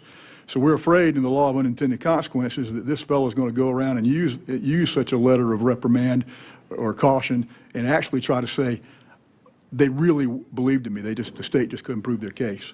So I don't think this process doesn't allow us to have a motion to rehear something with the hearing officer, so I didn't get the chance to explain that to Mr. Bailey. That was one of the reasons I was fine with him being in here just to hear his take on it. But again, two bottom line issues is that we don't know what the letter of caution would really tell us to do, because per the manufacturer, our subcontractor did what they were supposed to do. If the manufacturer's instructions are unclear, that's not on the home builder, that's on the manufacturer, which probably is why they had their rep testify for us, which is rare in my experience. Secondly, we do have the concern that I admit is not a concern of this commission, but the practical concern that this could help Mr.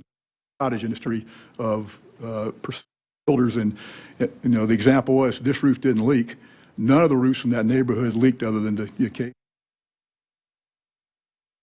Our concern is that this would help his cottage.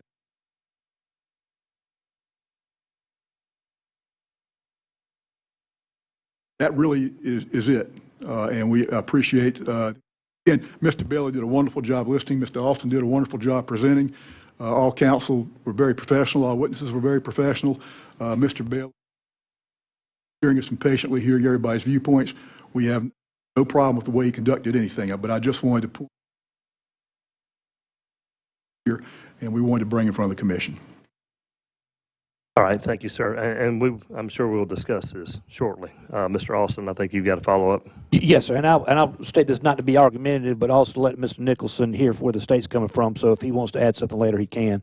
The recommendation, I think, actually is helpful to the respondent because it's a non-disciplinary private letter of caution. He could have found a violation of the Practice Act based on this if he found that it was serious enough, and it would be a public order that Mr. Knowles could get a hold of. But he didn't. He recommended a letter of caution based on the testimony, and that's private. So Mr. Knowles is not going to get a copy of that. It just stays scanned behind the credentials. So that's the state's position on it. I'll leave it to your discretion, but I just wanted to state that on the record in case Mr. Nicholson wanted to follow up. I'm going to give you a second. That's what I thought, that, it's private. And we get that, but I can, I guess, see your concerns that if there was any way it got out, but it is a private order that basically says follow instructions from manufacturer. So, Can I just ask, Mr. Alston, being it deemed private, that means the general public would never have any access to it, correct? Yes, sir. I don't understand what your side of argument is then. I mean, Well, my side is? no, theirs. Could potentially someone come in and file some sort of action to make that visible? Yes, sir. I believe it's subject to FOIA.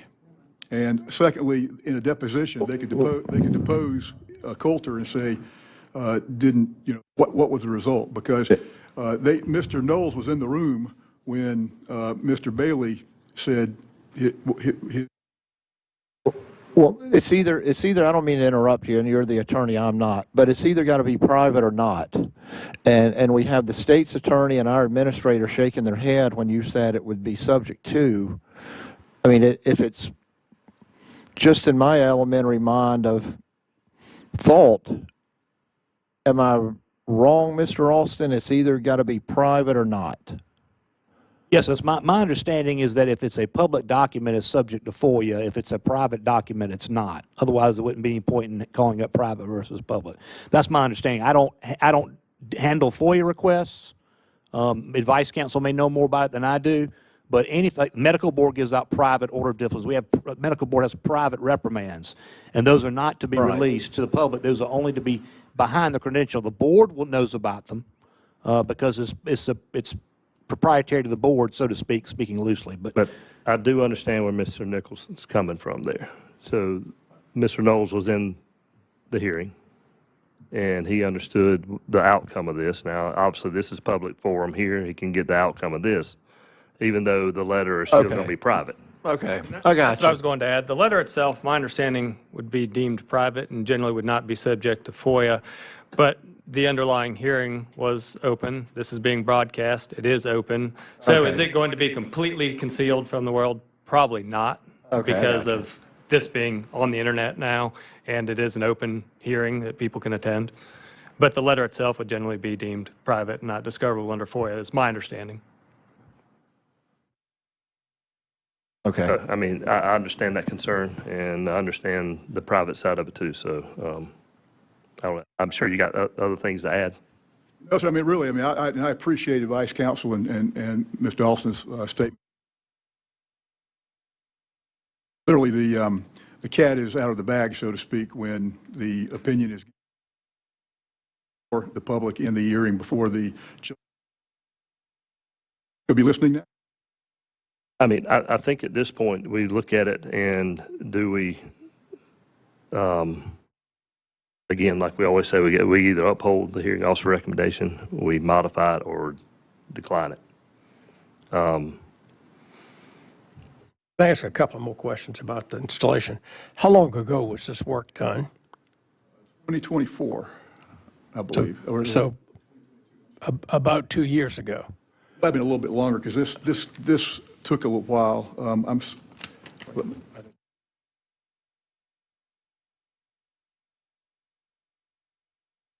License was pulled. A permit was issued in 2022. Purchase was 2023. So somewhere between 2022 and 2023 was when that. When the roofing was installed. And then the complaint came this past year, is that right? Recently, the complaint came? In 2024, I believe. Okay. Yeah, 2024 case, so it was filed in 2024. Okay, the only question I had, and maybe this isn't the right thing, is because can we find out if it was filed against more than one house? Concerned with one builder, one house. I can't comment to any other pending cases on that. I can tell you, though, that I have cases involving similar sets of facts. Okay. With the nailing pattern? Yes, sir. Okay, thank you. I guess I'm a little confused about the decision because it states in here somewhere that the actual, excuse me, the opinion of, I believe it was someone from GAF maybe, that the actual nail installation on the subject property's roof complies with the code. And that was another engineer there, I'm sorry. And the GAF guy testified that the nailing patterns are approximate and not mandatory.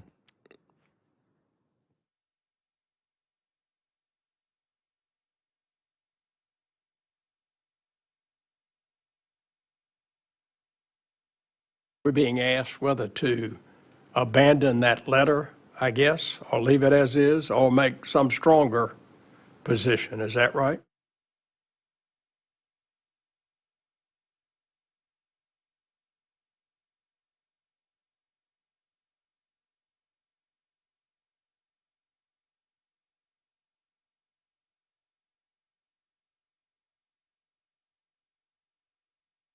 Nicholson, are you essentially asking that the commission consider to essentially uphold the hearing officer recommendation with the exception of striking the letter of caution?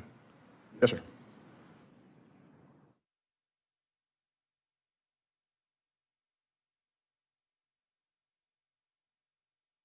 I'm looking at a paragraph here in the case that it says that a gentleman named Rogers with Origin Cause testified and said that his opinion, and he's a licensed professional engineer that focuses on forensic engineering, and he says his opinion is that the actual nail installation on the subject property's roof complies with the code.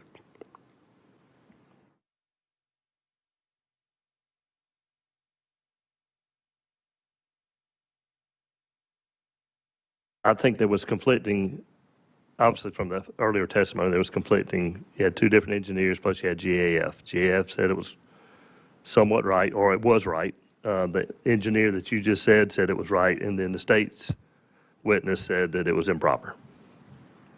Knowles. The state's witness was Knowles. Yes. Okay. I don't know how to honor your request, so my motion is that the recommendation of the hearing officer be dismissed. So you can do it. But there has to be some disposition of the case. And it sounds to me what you're asking, or what you're trying to do is make a motion. Have a dismissal without a letter of caution, or? Uphold finding of facts with no letter of caution. That would be correct.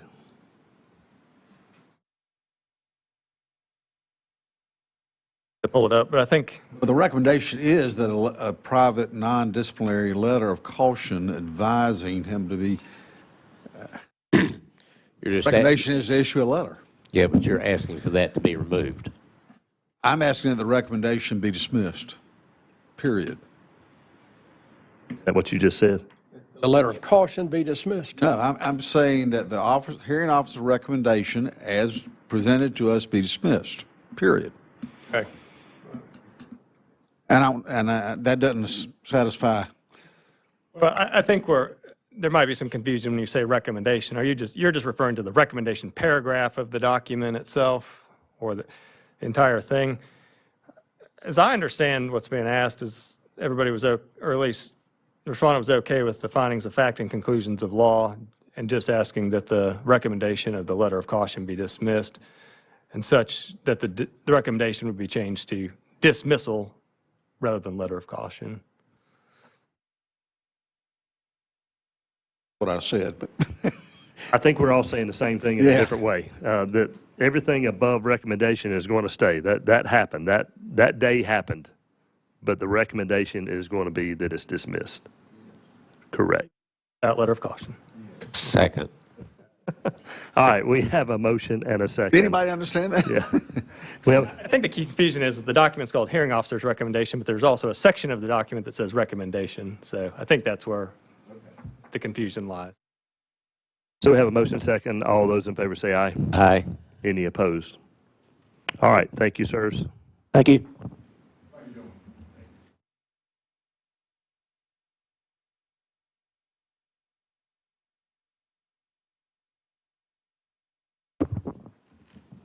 All right, Mr. Austin, whenever you're ready, we'll move on to the next two cases. Yes, sir, just a moment. Yep.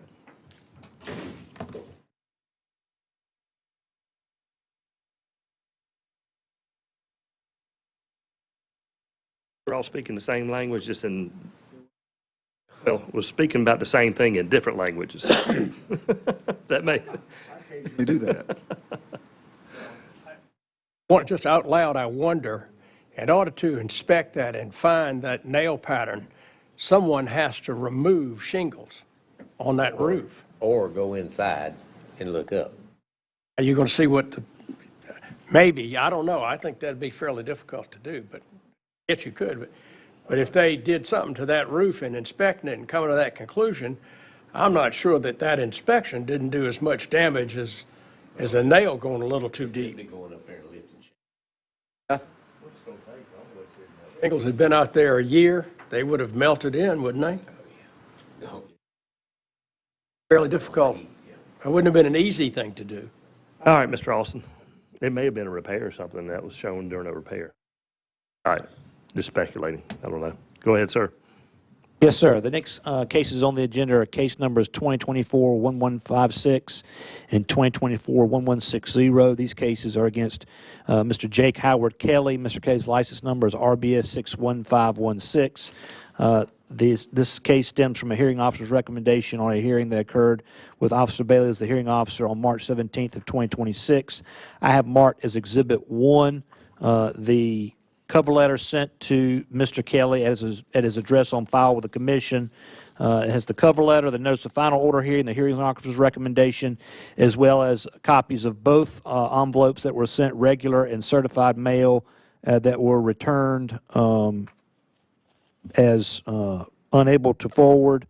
And so the state's position is that Mr. Kelly has been properly served pursuant to statute with this notice of final order hearing and asked to proceed accordingly and offer exhibit number 1 into evidence.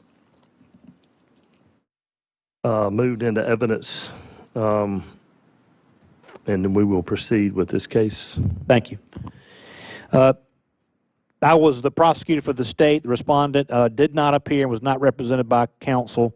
At the hearing, the state presented sufficient evidence that the respondent was provided proper notice of the hearing, just as the respondent was provided proper notice today in the hearing proceeding in the respondent's absence.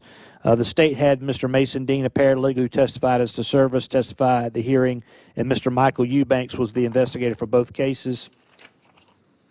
As far as the background facts, at all times relevant, Mr. Kelly was licensed as a residential specialty contractor and classification of roofing and would conduct business as or through Orange Elephant Roofing and Construction. On January 14th of 2025, in case number 2024-1156 of this recommendation, the commission issued an order of temporary suspension suspending the respondent's registration, and that order remains in place today.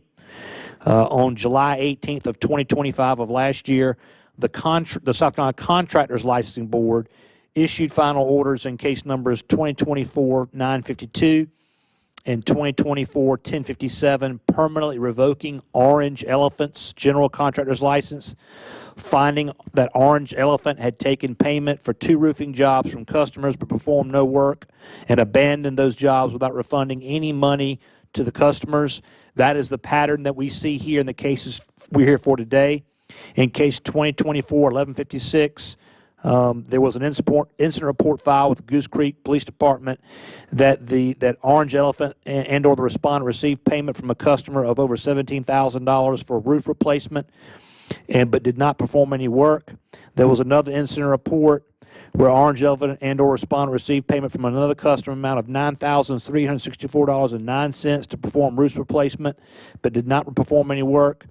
There was a third incident report from the Goose Creek Police Department where respondent and or Orange Elephant received payment from another customer in the amount of $7,349.66 to perform roof replacement but did not perform any work. The commission entered an order of temporary suspension as a result, which said order remains in place, as I mentioned. As to case 2024-1160, this involved one subject property in January of 2024. Yet another customer provided payment to Orange Elephant and or respondent in the amount of $7,997.59 for roofing work to be performed in Somerville, but no work was performed for the customer. As a result of all of the evidence submitted and testimony offered, the hearing officer found that the state met its burden of proving the respondent violated the following statutes. First, as the case 2024-1156, the respondent violated 40-1-1101F as in Frank, and that respondent committed a dishonorable, unethical, unprofessional act that is likely to either deceive, defraud, or harm the public, including without limitation by taking payment for work for multiple roofing projects, but performing no work and abandoning the projects, in particular without limitation, those 3 subject properties referenced in the formal complaint. The hearing officer also found the state proved 40-1-110G as in Gamma, and the respondent lacks the professional, ethical competence to practice professional occupation, and also found that the respondent violated 40-59-110, and the respondent engaged in misconduct in the practice of residential specialty contracting by abandoning work, in particular and without limitation, the 3 subject properties mentioned in case 2024-1156. As to case 2024-1160, the hearing officer found that the respondent violated 40-1-1101F, and the respondent committed dishonorable, unethical, unprofessional act that is likely to either deceive, defraud, or harm the public, including without limitation by taking payment for work at subject property number 4 referenced in that particular case and performing no work and abandoning the project. That the respondent violated 40-1-1101G as in Gamma, and the respondent lacks the professional or ethical competence to practice professional occupation. And finally, that the respondent violated 40-59-110. The respondent engaged in misconduct in the practice of residential specialty contracting by abandoning work in particular and without limitation at subject property number 4, referenced in that particular case, that being 2024-1160. As a result, the hearing officer recommended the respondent be assessed a fine of $2,500 for each of the violations found, for a total of $15,000 to be paid in full within 60 days of your final order. And he also recommended that the respondent's residential specialty contractor registration be permanently revoked. And that is the essence of the hearing officer's recommendation, and the state asks that you adopt it and incorporate it in a final order. Thank you. Thank you, sir. Motion to approve. All right, I have a motion second. Is there discussion? The motion would include case number 1156 and 1160 in terms of the hearing officer's recommendations. Yes, sir. License was was suspended, but has it been revoked? The contractor's license with the Contractors Board has been revoked. His current status, as I understand it right now, is under an order of temporary suspension that remains in effect until a final order is issued by this commission. Order to remove the It's included in this. included in it? Okay. Yes, sir. Thank you. I have a motion second. All those in favor say aye. Aye. Any opposed? By the way, that was very high profile around the country. They did a lot of damage, not just South Carolina. They were in other states. And I just looked them up on, it says they're still in business in South Carolina, in Lexington. I don't know how true that is. It's on Yelp. It says they're open till 5 today. It may be old, I don't know. Well, these were significant cases for the state, and I want to, even though he's not here, I want to thank Officer Bailey for presiding over them and thank this commission for adopting his recommendation. Thank you. I wouldn't hire him because of the name. All right, our last case is 24-1175. Give me just 1 minute, because this respondent actually did appear at the hearing. I'm going to just call his name out real quick. Okay.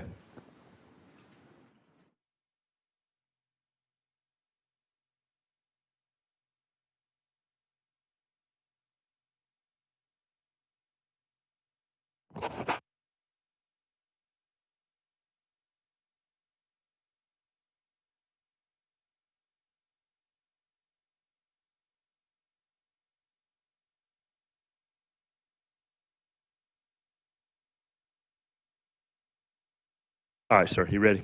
Yes, sir. The third and final order hearing before you today involves Mr. Don McLemore Jr., who is unlicensed. This is case number 2024-1175. This was a citation appeal hearing. Mr. McLemore was cited for unlicensed practice, and it was presented to Officer Bailey on March 5th of 2026. I have marked as Exhibit 1 the cover letter sent to Mr. McLemore's address, which we served him with the citation appeal, along with the notice of final order hearing and hearing officer's recommendation on citation appeal. We received no accepted hearing officer's recommendation, but in the notice of final order hearing, we did receive a signed green card that is also attached to the correspondence that I have marked as Exhibit 1, and would like to offer that into evidence and have the commission find that proper service of this notice of final order hearing was made on the respondent. All right, so move with states 1, and yes, we do find that he was properly served. Thank you.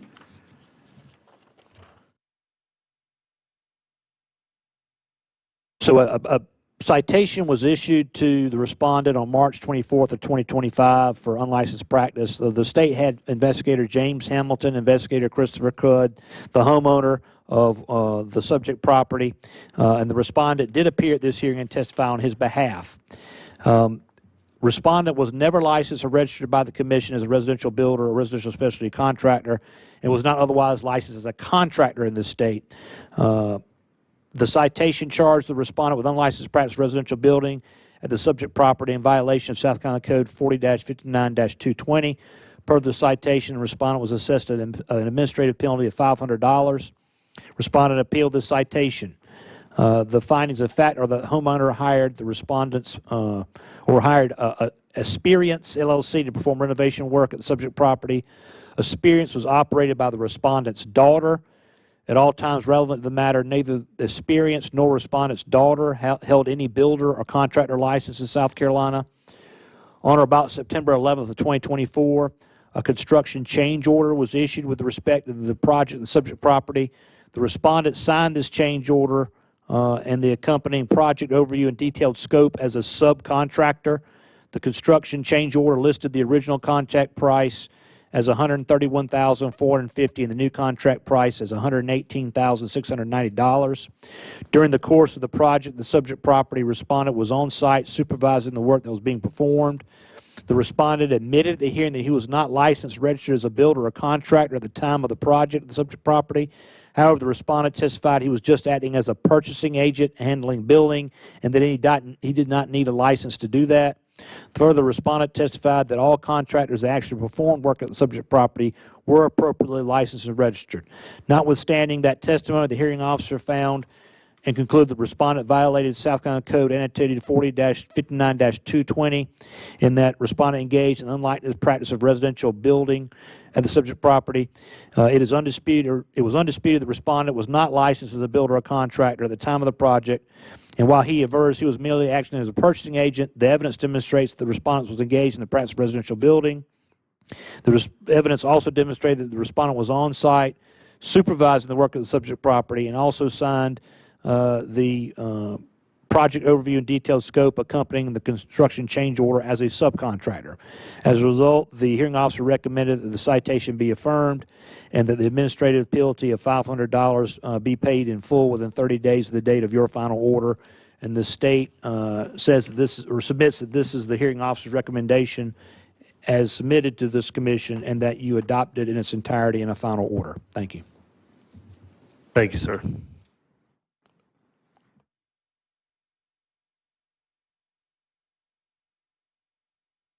Just for my education, the hearing officer's recommendations for administrative penalty in this case.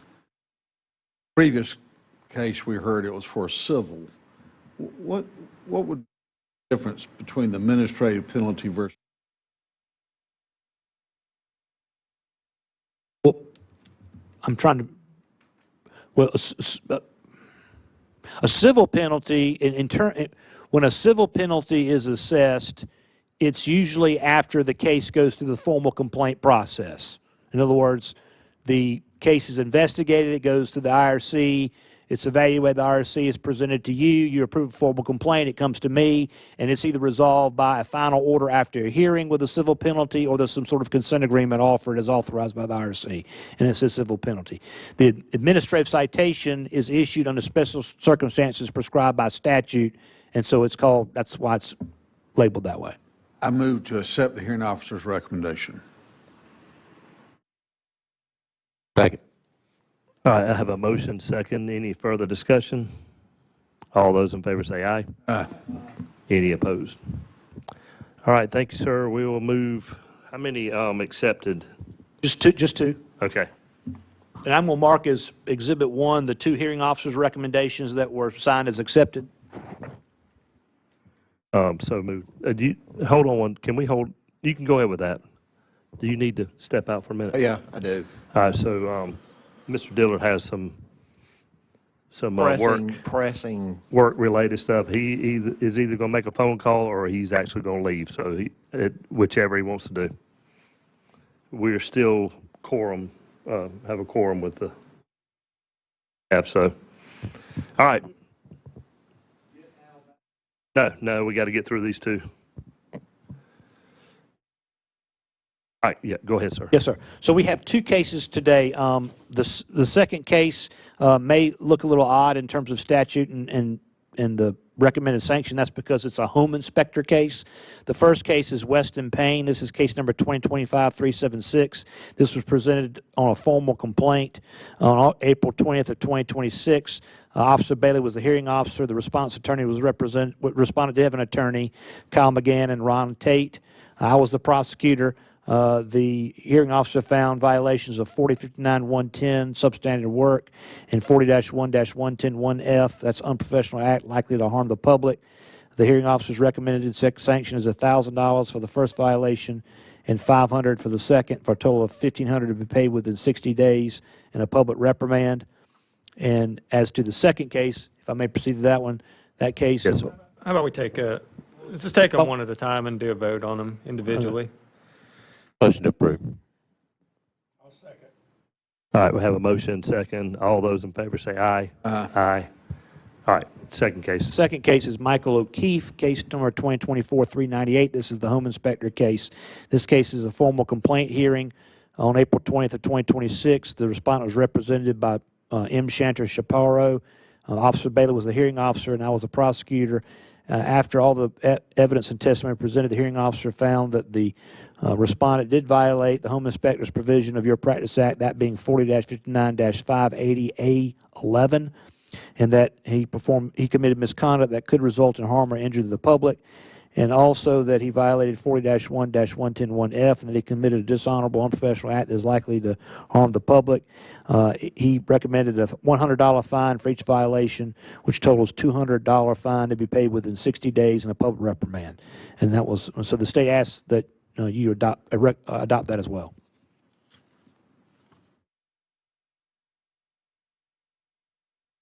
Motion to approve. Okay. All right, I have a motion second. All those in favor say aye. Aye. Any opposed? And I did vote on that, by the way, That's it. Thank for you, the sir. record. Thank you, sir. Officer Bailey now, back in. Yes, if you don't mind. We'll be moving on to OIE status report with Mr. Cudd.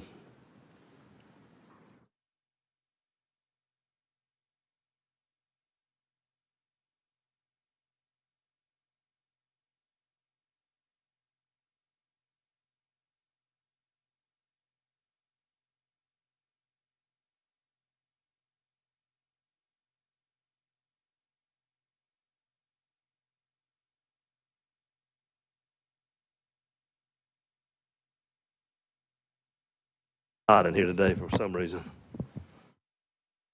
All right, Mr. Cudd, we'll go with the OIE status report, please. Thank you, Mr. Chairman. OIE status report for the Residential Builders Commission as of June 10th, 2026.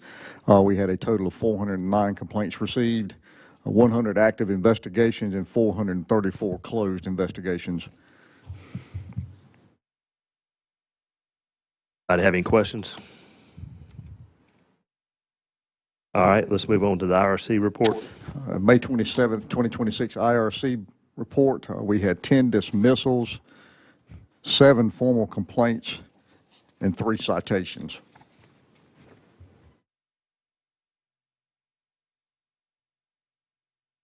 Motion to approve. Second. Have a motion, second. All those in favor say aye. Aye. Any opposed? All right, resolution guidelines. Resolution guidelines report for June 10th, 2026. We had 20 citations and 3 dismissals.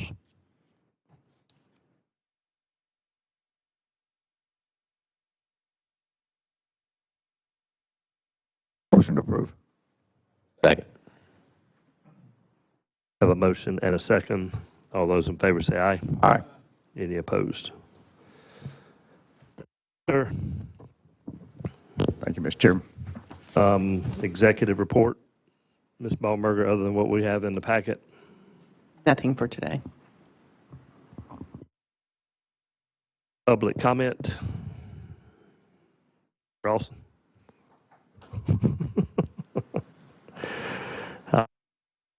Or adjournment.